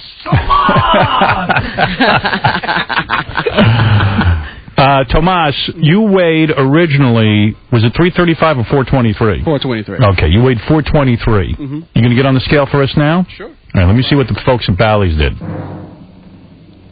From 423, you now weigh 393. Wow. According to my calculations, you lost 400 pounds. About so. About 400. How many pounds is that, Robin? That's 30. Oh, is it? Wow. You know, you look good. How many 2 weeks. 2 weeks. 30 pounds? How did he do it? Let's talk to your trainer. He's been sweating a lot. What do? You got him on the treadmill? Well, we do the elliptical trainer. Okay. Is that good? No impact, yeah. No impact. And what does he eat? Trainer, light weights. His diet changed dramatically. You want to tell them what you're eating? Yeah, I have a protein shake in the morning, and Go ahead. eating a lot of steamed vegetables, chicken, salmon, tuna. No sandwiches. Do you hate it? No, it's actually pretty good, man. It's actually pretty good. Why couldn't he do that before? You didn't know better. Yeah, and I didn't really like to cook. So Well, before he ate everything, so... Who's cooking for you? What do you mean you didn't like to cook? What, do you got a chef? No, I just got George Foreman Grill. It's really easy to do. So. That's what I do, man. That's good stuff. Yes, it is. George Foreman Grill is good. Mm-hmm. It's not so bad eating like that, right? No, I mean, it's not, man. It's not bad at all. Tell them what you told me, how you feel. I'm feeling great. I have a lot more energy in general. I'm feeling, just much better as a person. So. Now, how many meals is he eating a day, though? I mean, is he hungry? But he's eating 5 meals a day. No, it's lunch and dinner, and then like the protein shake in the morning, occasionally a piece of fruit in the afternoon, and that's about it. Look at you. Look at you, bro. Tomas. You doing the weights, too? Yeah, we're doing a little free weights. No, not very heavy, mainly cardio. What do you do? How long in the gym are you every day? About an hour? About an hour. Nice. And at 30 pounds. Mm-hmm. Good for you. Thanks, man. That's amazing. You look good. Thank you. You're starting to look human. Good for you, Tomas. Okay, I guess. Tomas was like a rhino. Well, you lost... the great white rhino. You lost that tuxedo. That was a good move. Yeah, I told you it was a cummerbund. Yeah, the sweatpants work better for you. Yeah. All right, let me talk to your man here who's competing with you. This here is Rob, right? Yeah, how's it going? Yeah, how you doing, Rob? No problem pronouncing your name. No. That one of those Tomas names. He's not making up anything. Rob, you're a serious dude. You weighed 335 when you started this. Yeah. You've been working out every day? Yeah, every day. Change your eating habits? Yep. You eating like that, too? Like Tomas? Yeah, same thing, actually. What do you want more, the 10 grand or you want the chick? I want the 10 grand. Yeah. Yeah. Chick is incidental. Yeah, pretty much. Good for you, man. But you're going to have the date with her, aren't you? Oh, yeah. You're not gay or anything, eh? Okay. Are you the virgin? Yeah. No. Oh, well. All right, dude, get on that scale. Let me see what you did here. Let me see what's going on over at Bally's. That weighs 315. Now, what was his original weight? 335. So what's that? That's it was 20. 20, dude. You're 10 pounds behind. That's not good. What, have you been cheating? No, not at all. It'll pour off you. Don't worry. If you stick to the Bally's program. Yeah. What, do you think Tomas is going to hit a plateau pretty soon? He was also 100 pounds lighter. That's right. That is a disadvantage. It's going to be tough. Yeah, I'm just going to have to work harder and keep going. You better get in the gym like 7 hours a day. How many hours has he been doing? Usually they're about an hour and a half, 2 hours. You know what works? Vomiting. Yeah, do that, man. This is for money. So you got your work cut out for you. 20 pounds is nice, though, in 2 weeks. That's the point. Yeah. Bally's a good place. Is he working hard? Oh, he's driven. I love his attitude. Good. Great. All right, whoever loses the most weight. Gets the money and the date. That's right. Plenty of time. There's 6 more weeks left. And I'm calling it a date. You know what I mean, though, right? Yeah. It's going to be a real nice date. The date you can't lose on. It's a sure thing. Yeah, that's it. A sure thing date. You can't screw this one up. even if you have a bad personality. Yes. Has nothing to do with it. Jay Leno wants to do them. Yeah, it's a dirty date. Which we're going to be doing, too, so you'll see. We're going to do it on TV. Steve Allen did it. Steve Allen did it, so it's not that original. It's a new segment. It's a new segment. New segment tonight. A dirty date and Nicolas Cage. All right, guys, good luck. Bally's rules. Call 1-800-FITNESS. Get yourself on the program, too. It really works. You guys are good. We'll see you in a week. That's amazing. Yeah, hey, guys, leave your number with John on your way out. You can get that. It'll be funny. I think it'll work better on our show. It'll work better. Yeah, I like that. Hey, Jeff Cesario's here. He wants to stop in and do the news with us. Oh, wonderful. Hey, Jeff Cesario. Jeff Cesario! You want to announce him, John? Go ahead. Jeff Cesario and Pamela Anderson. Hey, how you doing? How you doing? The world's smartest stripper. Hey, we couldn't find anyone else to be the announcer except for John. But we didn't want him because John Howard show. And the homeless guy, jaywalking. And the homeless show. Jaywalking. Yeah. I'm actually just in town taping some NBC promos with Scott. Yeah, that's funny. That's funny. You'll just tell him to erase it after. Say everything you said on Howard show. Do you know how they sound on the TV? Yeah. All right. But it'll sound all right, right? Right? From the NBC studios in Burbank, it's The Tonight Show with Jay Leno, featuring Kevin Eubanks and The Tonight Show Band. And me, I'm Stuttering John. Tonight, Jay welcomes Pamela Anderson, Harrison Ford, Pamela Anderson, Martha Stewart, Harrison Ford, Nicolas Cage, and a lot of Howard Stern's bits. First of all, Pam Anderson. That was a little too edgy, John, the Nicholas.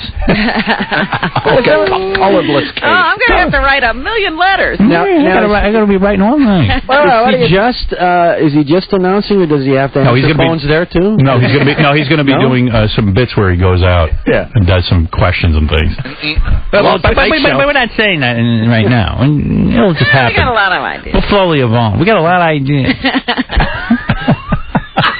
There's going to be a problem there because I don't think John can pull back. John's pretty edgy. The second he comes in with an edgy, John will do whatever he has to do. I'm going to talk about my balls on the show tonight. It's okay if I do that. No. That's not going to happen. That's not how it's show. You're going to have to really toe the line. You're going to have to. He has balls. I lost my balls like 20 years ago at Garvin's Comedy Club. Right? Can I talk about how I farted it? No. You're not fitting into the Tonight Show family, are you? I want you to bring Howard's audience over, but I don't want you to talk about balls or farting or anything. I just want you to fit in, but not really disrupt. You know what I like to see? I'd like to see Pamela Anderson get French kiss. No. He won't be running in to say, can she take off her top? No. We don't do that. I just sit there and I might say, oh, I like to kiss you. Can they kiss each other? No. Just smile occasionally. How long do you think it'll take before Jay actually says, all right, send your angry letters to Stuttering John? Wear a Howard Stern t-shirt, though. That could be funny. Hey, Jay, did you hear what Gary's wife made him do this weekend? I just heard Ed Hall signed on to fight Cabby. Is that right? Yeah. Jay, I can't believe Mavis doesn't let you. No. Don't mention Mavis, please. Mavis is a very serious woman. She's really great in bed. Does she have? We never had children because we both have a vagina. That's right. Yeah. So Jay, how much do you make? No. Mavis toppled the Taliban. She's the greatest woman on the planet. She works nonstop for the women of Afghanistan. She's a saint. We have issues. Yeah, and we don't want you saying anything about her.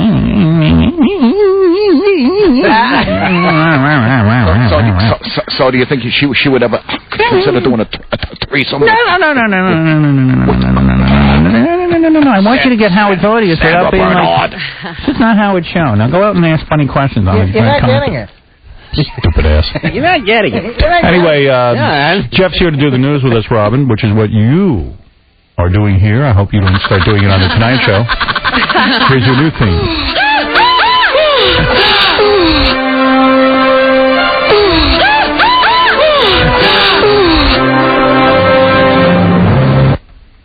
Check out Jeff Cesario's website at Sportalicious.com, which is a very gay name for a website, by the way. Sportalicious. Hey, you know. Sportalicious? I'll take the gay demographic. Right. Okay. Check out Comedy Central's Bar Mitzvah Bash, April 25th on Comedy Central. What are they doing on there? 13th anniversary show, but a lot of good guys. Dave Chappelle, Dave Attell, Colin. Dave Chappelle! Dave Attell! Dave Attell! Dave Appel!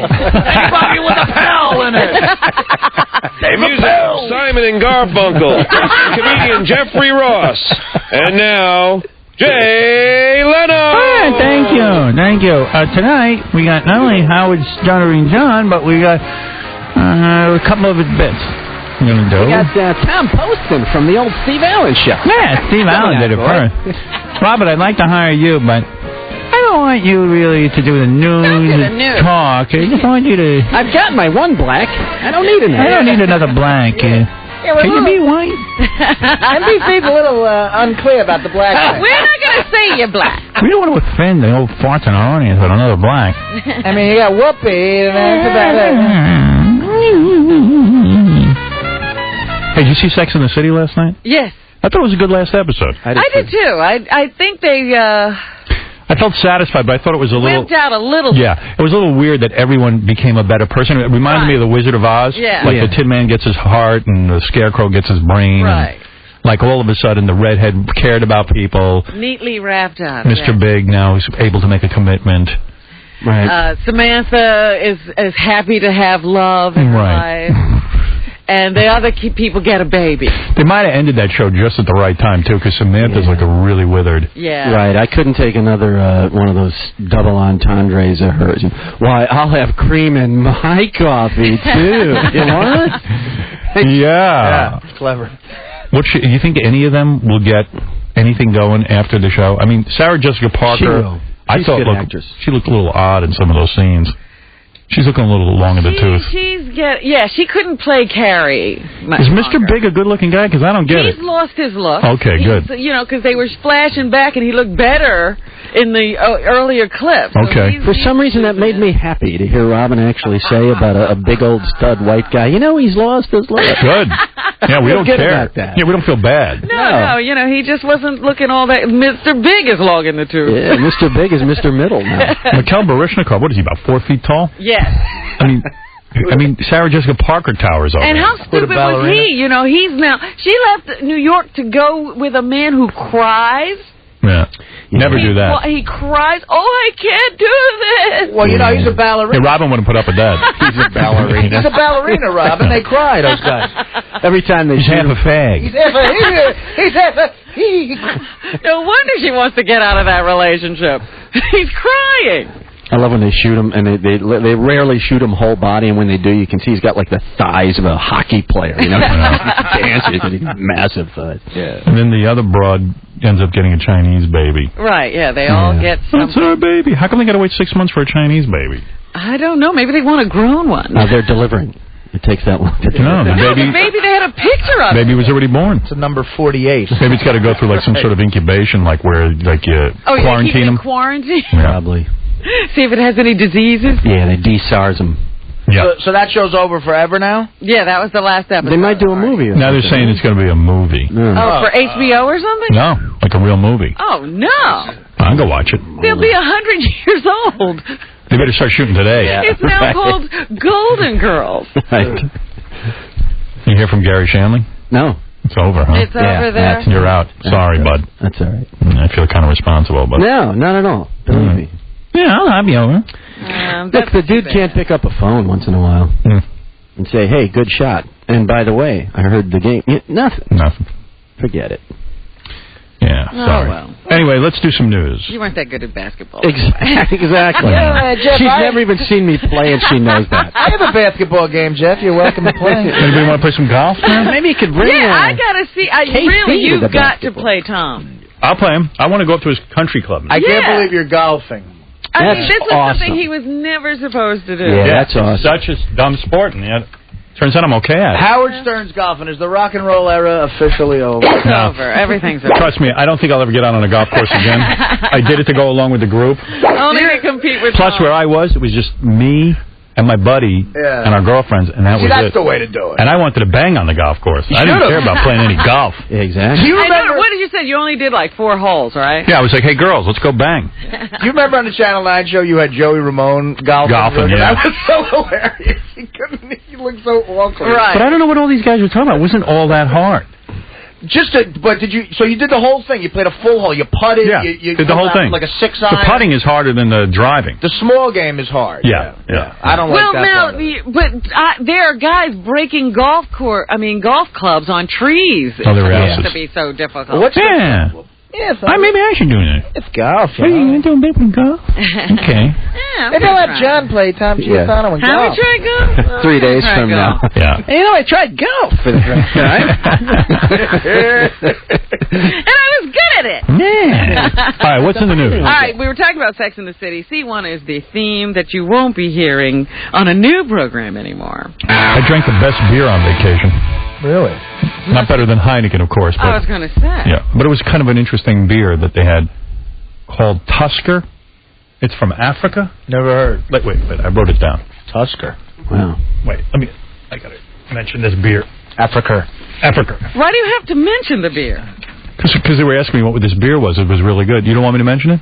Who was asking you that? The guys. Oh. I mean, you don't care, but they do. You know what I mean? All right. People always looking to try something. Oh, what are you saying? I'm just wondering why you have to announce it on the air. I really don't, but I just thought I got turned on to something good, and I thought people might want to try. It's sort of like announcing a website I thought was good. I don't have to, but then you run out of stuff to say if you can't talk about what you thought was good. Like I thought Al Franken's book was good, and I announced it because I thought maybe I'd turn some people on to it. Okay, go ahead. I just, Well, now you're making me feel funny about it. Forget it. No, I'm not going to announce it. You made me think about it. I don't know. Maybe I'm... You know what, Robin? You didn't make any friends at Tusker Beer Brewing. It's an obscure beer. It doesn't compete with Heineken. I'm not saying it does. It just seems odd to me. I had some wonderful wine when I was in Napa. What'd you have? I'm curious. I had some Swanson. You're right. I don't care. See? Is that the frozen wine? Swanson frozen wine? No. This was a beer from Africa. It's the company, but they have a wine. This was a beer from Africa. I was shocked they even knew how to make beer in Africa. Oh, stop. I was. Who the hell was Africans? No one how to make beer. It's just everybody always knows how to make things that'll make you drunk. Yeah. They always figure that out. It's one of those yuppie things. It's probably not African beer. No, it's from like the Congo. Definitely from Africa. Swear. It's a little boutique brewery. Right. They probably in a gentrified neighborhood in Nigeria. Africa, America. Well, I'd like to taste it. I really would. This is what I did. I was down in Jacksonville, Florida, sitting on a river, cooking oysters on an open fire and drinking beer. Really? And it was the best thing I ever did. But this weekend? This week. Wow. Well, a couple of days. Next step for you is NASCAR, baby. That's it. Yeah, I was down in Jacksonville. There you go, NASCAR. Who knew Jacksonville was so great? I've been to Jacksonville for a weekend once working, and there is like a sort of inner harbor from the ocean there where you could like have restaurants and stuff. That's beautiful. I had a good time, man. So what was the beer now that you... Not telling you. Oh, well, now you're never going to know. Then. Oh, my God. It was called Tusker. After like a tusk, like an elephant tusk. Yes. Yeah. This just in, Will and Grace has hired KC. Yeah. Just to stand there and look at him. That's all I want to do. Yeah. Well, Conan O'Brien's looking at Scott the Engineer in a serious is that way. right? Yeah, well, he heard him this morning. He said, wow. Yeah. He's pretty good. I could use him. Here's Conan O'Hara. I'd like to see you play a chick again in basketball. Right. How good are you in baseball? Could you? Cut your head off a check. Oh, my goodness. Hey, Jay, guess what Artie had for lunch yesterday? Well, no, that's not working. You can't talk about Artie. Okay. Who's Artie? Talk about the band leader. But guess what Kevin had? But he's as empty as you. He's emotionally bankrupt, just like you. I think I saw Kevin eating a watermelon. Don't say that. Don't say that. I got to write 50 million apology letters to the blacks. But it's funny. He's a colored guy. No, don't say colored. Don't say that, Ivy. Come on. This is Tonight Show. He holds the guitar. I want to have what Howard has, but not with any of that. He holds the guitar like it's a spear. I got an idea. Why don't we put a chubby gay guy on Trim Spa? All right, let's go to the news. All right. Two things have everybody crazy right now. One of them is Mel Gibson's film, The Passion, which opens on Ash Wednesday. Yeah. As a matter of fact, this coming Wednesday, we'll see the opening of Mel Gibson's new movie about the last 12 hours of the life of Christ. Nobody's going to go see that because they don't care about it. Well, they say that the opening day is completely sold out. Yeah, that's bull. And now it's getting reviews. Ebert and Roper gave it 2 thumbs up. Yeah, I mean, that's... Saying they thought it was a great movie. Some other critics have said that it is a blood fest. Isn't it not in English? It's in Aramaic and Latin. Are you and there's no subtitles? I'm not kidding you. You got to read this movie. You go there and you sit and read the English subtitles. I heard there's no subtitles. Oh, no, there's English subtitles. Oh, there is? Yes. What a flashback nightmare to my grade school experience. Everything's in Latin. Like, why don't we just go watch an Ingmar Bergman movie if you want to be bored to death? Yeah, let's just go see 8.5. The funniest thing to me about, I'm reading all the publicity, Mel Gibson says there were signs he was given to produce That was his other movie, film. wasn't it? It turns out that Mel Gibson is mental. Yes. And do you know what one of the signs was? What? A woman walked up to him on the street and said, "Jesus loves you." Yeah, well, Mel Gibson evidently was this staunch Catholic. But he's only been so for the last 12 years. Yeah. And his father is like this unbelievable anti-Semite. Yes. Like, he just made a bunch of comments about Jews. The Holocaust, they didn't kill that man. Yeah, he's one of those guys that don't believe there's even a Holocaust. And, so he was raised with this loon. And now Mel Gibson, I guess, is loony, too, and put up $25 million. How many times has somebody passed you on the street and said, "Jesus loves you"? A million times. Was that a sign that you should do anything? To be honest, nobody says that to me. They know Jesus doesn't love me. People come up and say, "Look, Jesus isn't sure, but he thinks he likes you." Jesus hates you. No. I have had people say it to me, and I never thought it was a sign of anything except that there was something wrong with them. Mel Gibson said this was a sign to make this movie.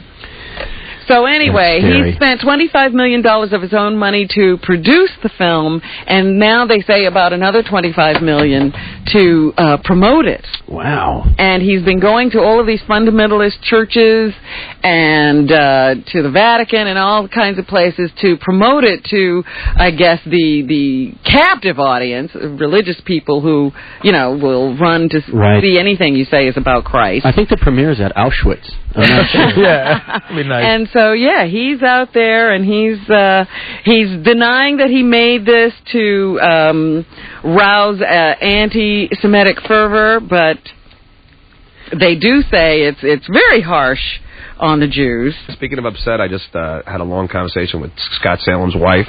Yeah. She's mad at me. Why? Because I wished cancer on Scott, so she wants me to say that. I don't wish cancer on Scott. Oh, please. Do you know that? Yes, you do. You know what John said to her? What? He goes, "I'm really sorry. I don't wish cancer on him. I wish AIDS on him." Well, that's different. But you know what? Do you know that Scott has to get checked out now every 3 months? All right. I gotta get done with the news. Stop it. Hey, Go do that Howard? on Jay's show. Whatever it is. Howard? Yeah. You think I'd be given for that job? Yes. All right. He's going to be one of the apprentices? Well, why not? I'll let him play. Well, I was just asking. He can be. Okay. Welcome to Burbank. Jay Leno. So that was the mention. That was the big mention. All right. Whatever that means. Well, I think he means that you have no morals. Al Franken compares me to McCarthy. Yeah, I don't understand that. I'll have to read that, see what he means. Maybe Charlie McCarthy. Yeah, which McCarthy? Yeah, there you go. Could be good. The big dummy. Jenny McCarthy. There you go. I still love this book. All right, I got to read it. You got to read it. Sounds like an interesting. I'm telling you, it's good. Read. Yeah. All right, and the other thing that has everybody all crazy is the gay marriages being sanctioned by the mayor of San Francisco. Oh, that makes me crazy. And by the way, didn't you think it was sort of weird that Arnold Schwarzenegger's focusing on this? I know. He did the Tim Russert Meet the Press yesterday and finally spoke out and came out against gay marriage. Here is Arnold Schwarzenegger, B4. Let me see if I can understand his point, because I'm not sure I know what his point is. Hold on a second, I just screwed it up. Give me a second. We have also a law that says that we do not accept same-sex marriages, which was passed by the people, Proposition 22. And so that is the law. So we cannot have, all of a sudden now, mayors go and hand out licenses for various different things. But don't you think, I do, don't you think that this is similar to people saying, well, black people can't drink from a water fountain? Or that blacks and whites can't marry each other. Yeah. Remember, that used to be against the law. Yeah, you could not have a black person married to a white person. It was illegal. And unless there's some sort of civil disobedience, there's never going to be a change in the law. That's right. I'm surprised Arnold came out like that, because Arnold, he's always been sort of liberal about that kind of stuff. And I think this is very political in his part, because the other thing he talked about was changing the Constitution so that people who weren't born in this country can run for president. I'm going to tell you something. I'm really against the blacks drinking from the same water fountain. Uh-oh, we're going all the way back. We're going old school. I was surprised Arnold came out that way. Yeah, but that's what I think. I think he's now a Republican, he's a governor, and he's thinking of higher office. I like what Mel Gibson is saying about the Jews. He's the only guy who can go on Meet the Press with a clip. Right. Tonight, Arnold Schwarzenegger. What, Jeff? Oh, boy. And Jay's going to get a colonoscopy.